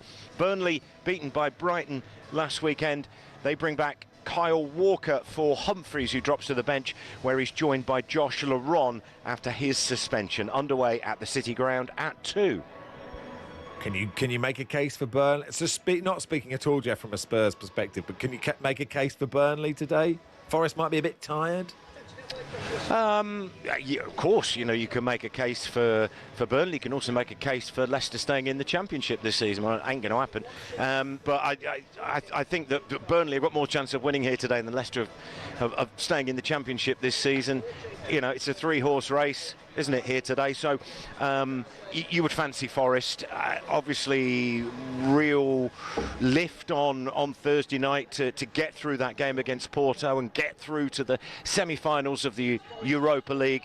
Certainly the fans will be expecting them to win this game today. Burnley will have to be absolutely at the top of the game. But Forest have been really poor at home. They've not won in the last, I think it's 8 home league games, 5 draws and 3 defeats in that time. They've only scored 2 goals at home in the league in their last 115 Premier League shots here. So Forest in the domestic league not doing great, but yeah, you'd absolutely fancy them still here against Burnley today. All right, good stuff, Jeff. Let's Max, go then. Yes? News gatherings, Matt Hughes has been in touch to ask, did I hear my name? Yeah, you're meant to have given us team news at Everton, but I hope you're delightfully well. Let's go to Portman Road then, half-time then. It's 1 apiece between Ipswich and Middlesbrough. Here's Ian Abraham. Yeah, Ipswich 1, Borough ahead through David Strelak on 25 minutes. Ball in from the right-hand side from Alan Brown. Goalkeeper couldn't reach it. Strelak tapped the ball home from close range. 5 minutes later, really good Ipswich equaliser. McAteer's ball up towards Azon. Here's a little layoff for McAteer, who shot from the edge of the penalty area just beyond Sol Bryn to his left-hand side. Ipswich, the better side, fashioned more chances, but Borough are dangerous on the break, and with these 2 sides trying to hunt down Millwall in second and stay in the battle for second place in the Championship. The second half is going to be key. It is live on talkSPORT 2. It is Ipswich 1, Middlesbrough 1. And who do you think, Moose, is going to get that second spot? I mean, Southampton are going so well. Oh, well, yes, carry on. I was at Southampton the day that I think they beat Oxford. That wonder goal from Shea Charles 4 weeks ago. Yeah, what a goal. From about a different county. And they got into the playoffs. And I actually remember saying that their vein of form is so good, I backed them to get second. There's 2 key fixtures. First of all, Ipswich play West Brom at the weekend when Southampton don't play, and then Ipswich play at Southampton on the 28th of April. That game's been shifted back because of Southampton's involvement in the FA Cup semi-final, and that, I think, will be the decider. Unless Borough win here today, which will throw a spanner in the works and maybe give them a chance, although don't rule out Millwall. I wonder if that fence is big enough for me to sit on. Well, I'm not saying anything about the size of the fence it would need to be, Moose. But we'll come back to you in the second half, of course. Ian Abrams there. It is one apiece then between Ipswich and Middlesbrough in the Championship. After our Sam Manaves, Perry Groves will keep you across all the 2 o'clock kickoffs. Villa Sunderland, the Merseyside derby at the Hill Dickinson, Forest versus Burnley, and of course the game at 4:30 between Manchester City and Arsenal. And we will do some Man City in just a second.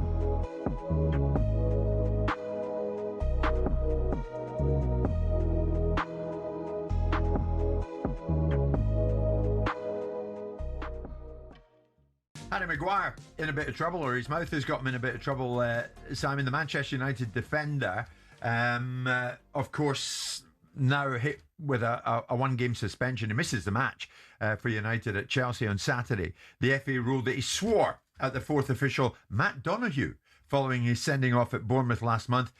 Maguire missed Monday's defeat to Leeds, serving the suspension for that red card, but he'll now be banned for an additional game. Now, on the language that was used, the FA's written reasons confirmed that the fourth official, Donoghue, claimed Maguire shouted as he left the field, "You're a joke. You're all an effing joke." Maguire insists he didn't insult the fourth official, instead claiming he said something along the lines of, "It's an effing joke." The independent commission sided with the fourth official. They actually asked for a 2-match ban, but in mitigation, which included Maguire's character, it meant they settled on 1. What's worse, Simon? Or did they get a character reference from the people in Mykonos? What is worse? Questioning the integrity of an official or swearing at them? Context, isn't it? I mean, robust language is used. It's the manner in which it's used. We're all grown-ups, and this language that we see and hear, which some people are wallflowers about, is traded amongst referees and players at certain times, because you want that kind of dynamic. You don't want it to turn into disrespect, into aggression. And some would say, how can you use that language without being aggressive? Well, you can. Yeah. You can use it contextually. But there's also this balance in my mind's eye, which I always want, which is the respecting of all of the officials. Of course, I want the officials to be worthy.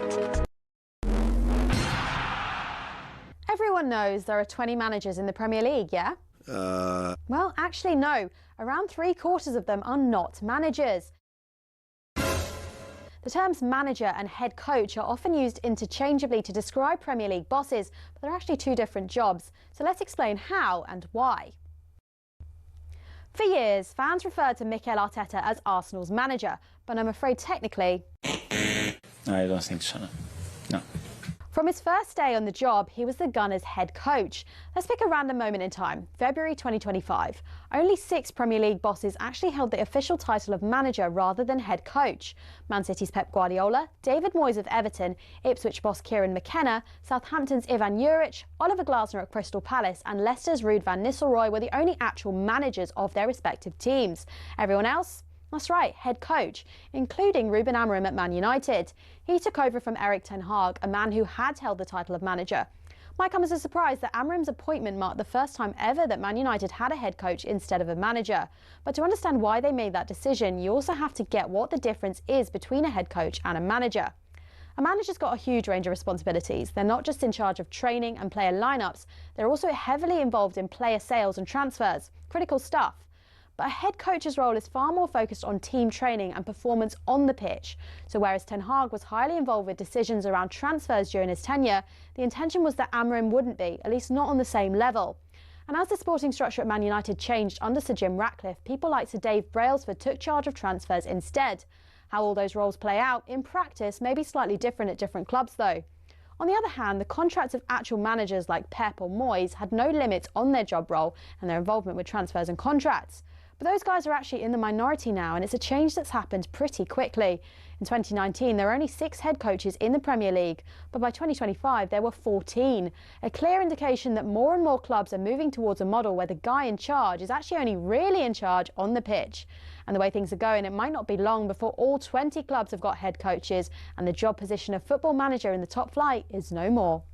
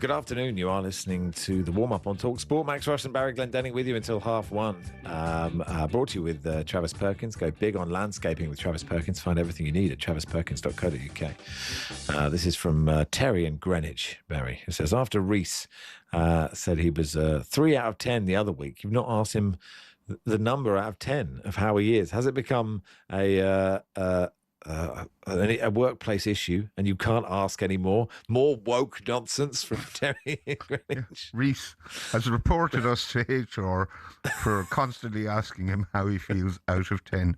I think it's quite a good thing, isn't it, to ask people how He's how just they told are? me in my ear that he's still a 3.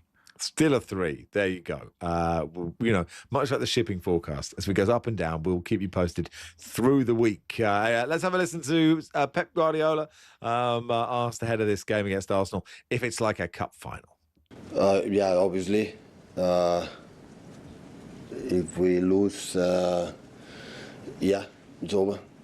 But the other 2 results, knowing that Arsenal didn't win Bournemouth, still have games to play. 6 games is a lot in our calendar, especially. It's terrible. We say in the, Everton away, Bournemouth away, Aston Villa the last game at home.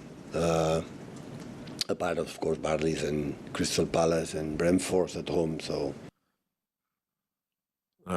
there we are. The next 5 games, please, Pep. He's auditioning for breakfast. I see we've got them. Let's talk to Simon Barkowski, Chief Manchester City writer for the Manchester Evening News. Hey, Simon. Hi. Hello, Always Simon. nice to talk to you. The narrative is, of course, that Arsenal are now absolutely hopeless and Man City are going to walk the league. You've obviously watched a lot of Manchester City, probably all of them, all of their games this season. Do you follow that might happen? No, absolutely not. It's exciting today. It's a huge game in the title race, but even if City win today, I'm not sure anyone who's watched them a lot would be confident they're going to go and win the next 5 games, and that is not kind of Pep being like, oh, how intimidating is the Hill Dickinson Stadium? It's just kind of like they've not been that consistent. They've still not been consistent over 90 minutes in games, really, and they've not been able to put that winning run together that you would associate them with at this stage of the season. So they might do it, but there's not been that much evidence this season that this team can. But undoubtedly, they're in some of their best form of the season, and Arsenal are creaking, it seems. Simon, Jonathan Norcroft has a good article in the Times today in which he observes that Pep has let Ryan Cherki play with a freedom he doesn't normally afford to his players, whereas Mikel Arteta's reluctance to, say, afford the same privilege to Eze, for example, is what might be holding Arsenal back. Have you been surprised by the freedom Cherki's been given by Pep? I think he has been given.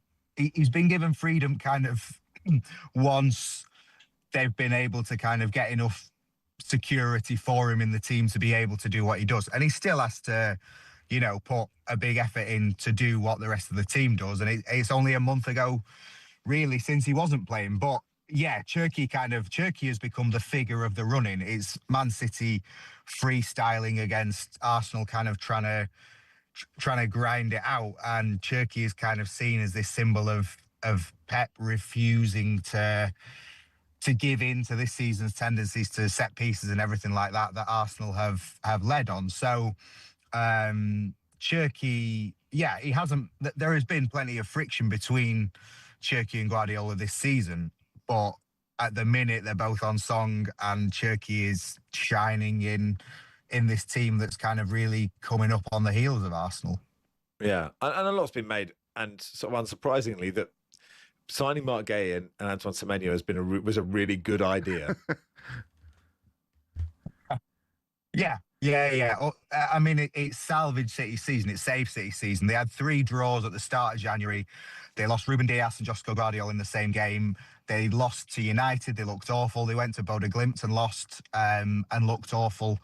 And Semenyo and Gay came in and just kind of gave them this extra oomph. And City don't really like doing business in the January transfer window, and not many top teams do, but it has been, remarkable the impact that they've had. But again, Semenyo's talk this week, he had a killer long throw at Bournemouth and was using it really well for the first half of the season. And then he arrived at the Etihad and it's like Pep's banned it. It's like Semenyo doesn't even, Pep's not even said anything. Semenyo just doesn't even dare to get it out in case he loses his place in the team or anything. So Semenyo and Gay have really fitted into the team and given them something extra. After the Carabao Cup final, I don't know if I was reading too much into how much Pep celebrated, because he's capable of celebrating like that, but it just made me feel like he is off at the end of the season. I don't know what vibe. I don't know if you picked up those vibes at that moment or at any other moment of chatting to him in press conferences or whatever. Yeah, I've picked up a lot of vibes that this will be his last season and that he's off. There are plenty of people who you speak to who are close to him who think that it will be his last season. There's also people who you speak to who are adamant that it won't be and that he will fulfill the last year of his contract. It's funny because he's been here so long, it feels like it's the end. And because he's won everything, and he won everything, with a few years to spare, it feels like he's in kind of extra time in his City career at the minute. But it's felt like that for quite a few years. But yeah, it does feel, well, especially with the way kind of the season has turned in the last few weeks as well, it kind of feels like it's teeing up kind of this fairy tale script ending for him. But it might not be, but there's a good chance it will be. And do you think, like, as somebody who's covered City for so long, covered Pep for so long, are you kind of looking forward to it being someone else? Or is Pep really, Pep is good copy, right? Yeah. It's one of those where I think after 10 years together, everyone in the press conference room is kind of ready for a change. There are weeks where Pep sees us like 4 or 5 times a week, and you can tell sometimes he comes in and he's like,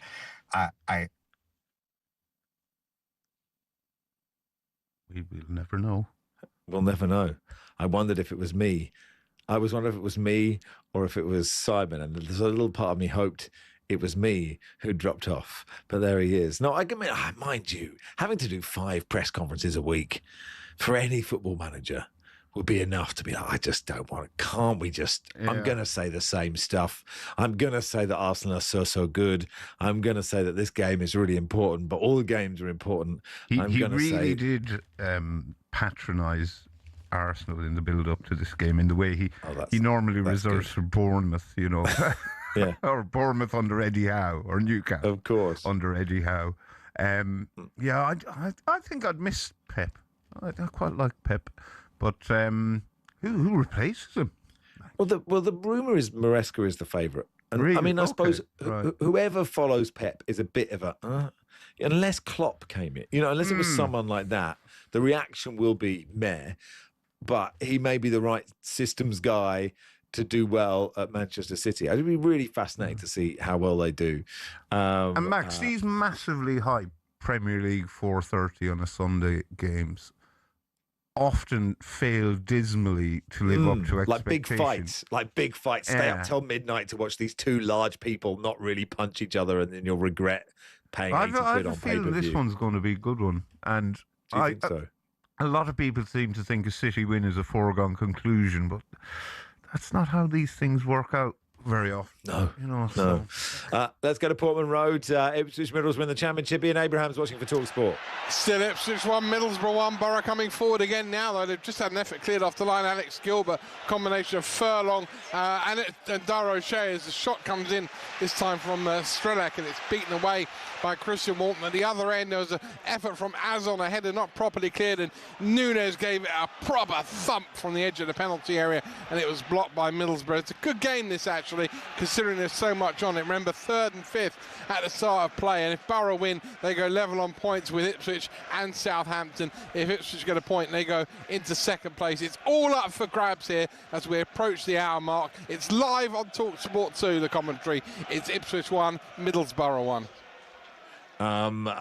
Someone says, bleep off, Max. Was that a joke suggesting Klopp for City? It was. The point I was making was not Jurgen Klopp should go to City. I wasn't saying. I'm just saying, you know, of someone of Pep's level, there just aren't. There are no other managers of that level.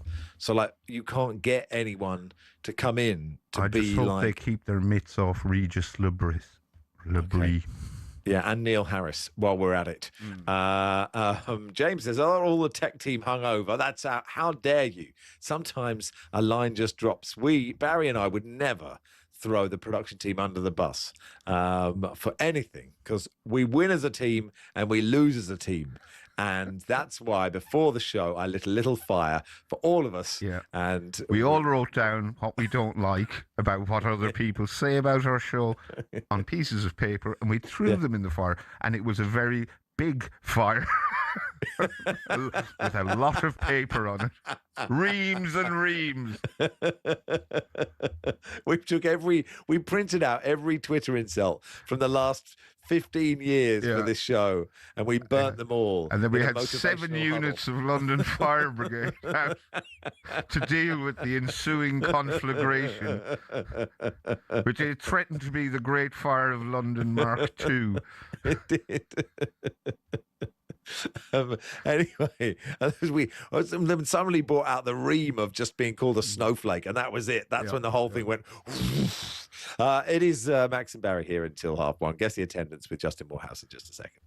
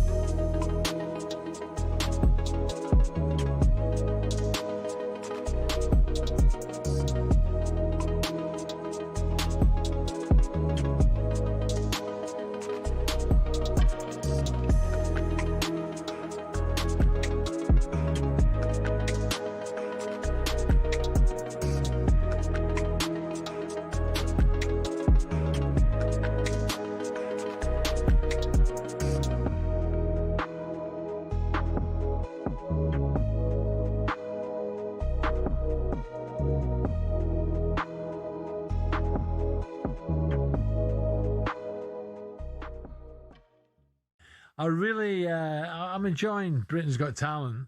Are you more into? You've not hit your golden buzzer yet, have you? No, I have. I hit it for Rafferty. Yeah, I hit it for Rafferty, 16-year-old boy who gelled music and magic together. It was really sick. And like the last one, I watched one last night. I thought it was recording. The choir at the end were very good. The kids from Wales. Very good. We did the whole 6-7 thing. Do you even understand what that is? You get some numpties on there as well. Oh, you do. But what about the guy with the Scotch egg? He wants sectioned. KSI, I've got him.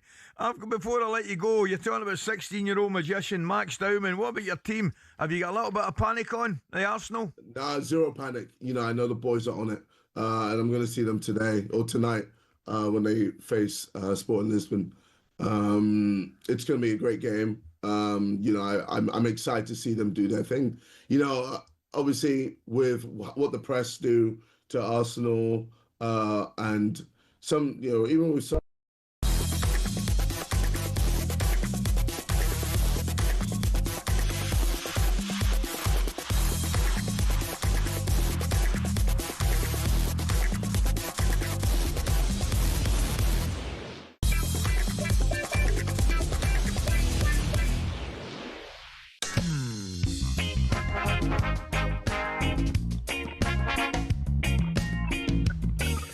Good afternoon. This is the warm-up on talkSPORT with Travis Perkins. Go big on landscaping with Travis Perkins. Find everything you need at travisperkins.co.uk. Game Day Live with Sam Mudface and Perry Groves coming up in 10 minutes' time.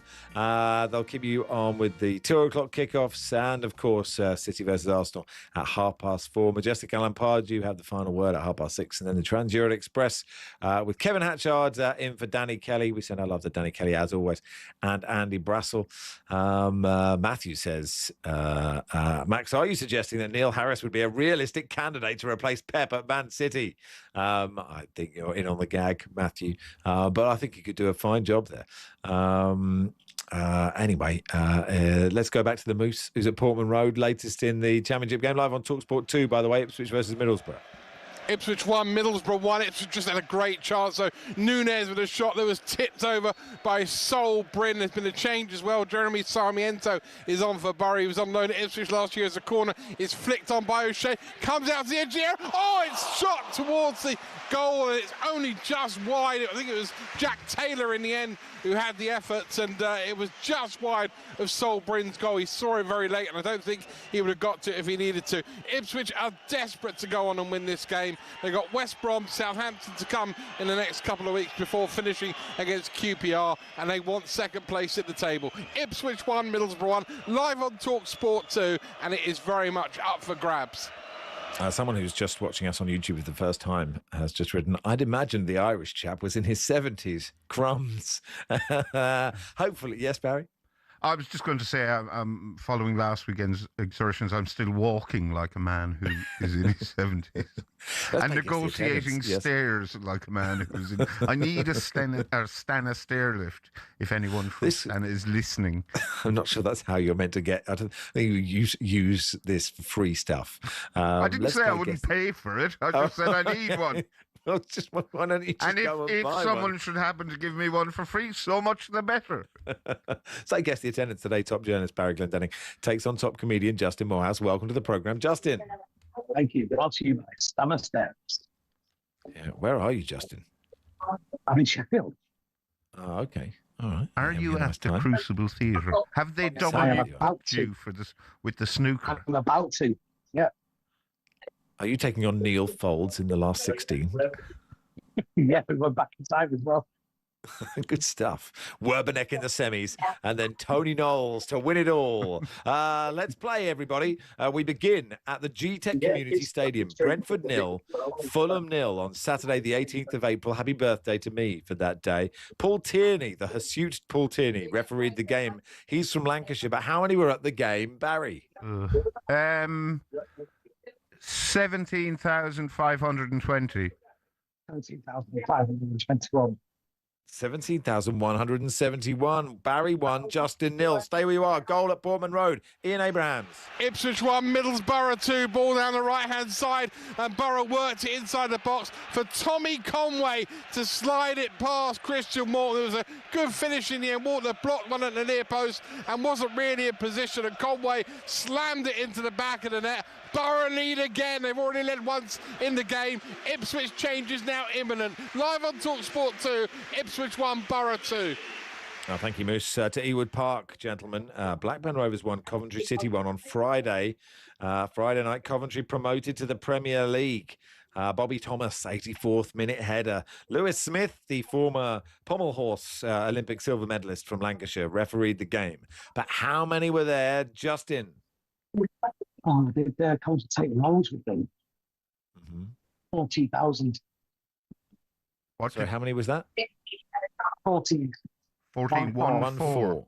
1, 4, 14. 14,001. 19,657. You could have showboated. Barry is 2-0 up. This is absolutely extraordinary. Remember where you were. It's because Bill. Could I actually? Bill Worthing, yes. No, you carry on. No, I was just going to say I'd like to apologise to Trevor Peake because Coventry's promotion on Friday prompted me and some friends in the pub to try to remember their FA Cup final 1987 starting lineup, and Trevor Peake was the one I didn't get. So apologies.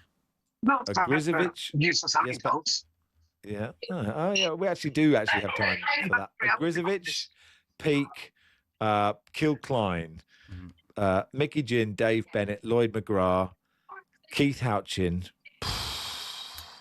I'm struggling now. Cyril Regis. Cyril Regis, was he playing? Okay, fair enough. Okay. To the BetRight Stadium, Brisbane Road, Leyton Orient 0, Rotherham United 2. Already relegated Rotherham, so it didn't matter, but they had a nice time. James Bell of Yorkshire refereed the game. Barry, how many were there for the win? Sorry, who was the home team? Leyton Orient. I'm going to say 8,100. 8,100. Justin. You're going to have to say that again, Justin, because your line is, I would say... You're going to have to say that again, Justin. Oh, you're doing numbers. One lower. Okay, he's just pointing lower. You're correct. 7,816. It's 2-1. And we go to Bromley on Thursday night. Bromley 0, Cambridge United 0 at the Copperjacks Community Stadium. Sam Mulhall of England refereed this game. You two big chance in the first half, but a point at Bromley. Not to be sniffed at, as Cambridge are in third place still. Grimsby on Tuesday. It's a massive game. How many were there for the win, Barry and Bromley? Didn't they go up? Did they go up? I think they promoted yesterday, yeah. All right. Producer Reese says Justin has frozen. It may be an issue. You may win by default, but here you go. Let's see if you can guess it. Bromley, not a clue. I'm going to say 5,250. 5,250. This is from Dan, who says, my genuinely spare, taking a photo of it, my genuinely spare Stanner stairlift. Does Barry have a spanner and the will to come to 3 Milestone in Cornwall to collect it? I've always wanted to visit Cornwall, to be honest, and it's something I've never done. No. Okay, well, there you go. Go and get a free Stanner stairlift. Although I believe visitors from that there big London they don't really like them, do they, when they rock up and spend their money in the locality. Blowing. Well, I think if you're going there to pick up to pick up a stairlift, I think you can. Are you getting Justin back, or do you want the Moose to finish off the last two things? Because he's just texted me about the attendance. So I'm happy to go to the Moose. I'm running blind here. If you can get Justin, that's great. We've got a minute left of the show. Here we go. The Moose takes over from Justin Morehouse. Barry's guess for Bromley was 5,250. What's your guess, Moose? Are you sure you're going to do that, Barry? Yeah. Well, look, just have a guess. The ground only holds 4,500. I'll go less then, 4,500. 5,439. So Barry is correct. And it is a win. No. The ground only holds 4,500. It's a win. It's a win. It's a win for Barry Glendenning. We can finish it if you want. Dunfermline 0, Falkirk 0 after extra time. Dunfermline win 4-2 on penalties. It counts for nothing. John Beaton refereed the game. But Ian, how many were there at Dunfermline? Hampden Park, rather. I will go with 27,436. But Hampden only holds 5,000 moves. That's Little Hampden next door. I'll go one more than whatever the moose said. Well, it was 25,237. Final score, Barry 3, Justin and Ian 2. And that was as shambolic as Guess the Attendance gets, but I still enjoyed it. Will says, does Justin need to borrow my nan's landline? She lives not far from the Crucible, Will in Sheffield. If only you'd told us earlier. Anyway, Barry, I had a nice time. Yes. Thank you to you. Thank you to Travis Perkins, and Sam Matterface and Perry Groves are next.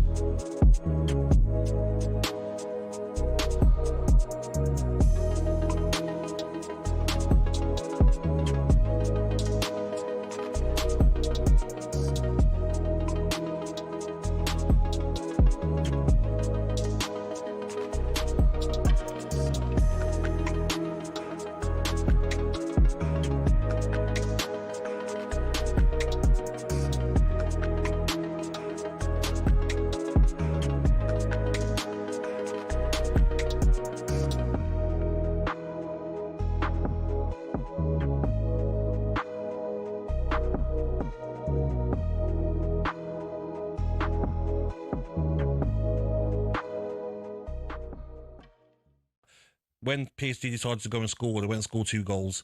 And I look at Frimpong, that's a signing that hasn't worked. He's not good defensively, and he's not good going forward. It's amazing, isn't it, the downgrade of the 2 full-back areas after last year. Yeah, I'd still back Kyrgios to come good. I saw enough at Bournemouth to suggest there's a player in there, and I'm surprised with his personality how much he seems to have struggled with the weight of that Liverpool shirt. But then it's been a season of struggle for his more established teammates as well. It's a huge summer, isn't it? We reported yesterday that Richard Hughes, the sporting director, is going to stay despite interest from Al Hilal over in Saudi Arabia. But they need a lot of players, and I'm just seeing there, Joe Gomez is injured again. You can't rely on him to stay fit. Do they move on from Alexis McAllister, who's in the last 2 years of his contracts? Curtis Jones, I think, was keen to move to Inter Milan in January. Does that rear its head again? What do they do to replace Mo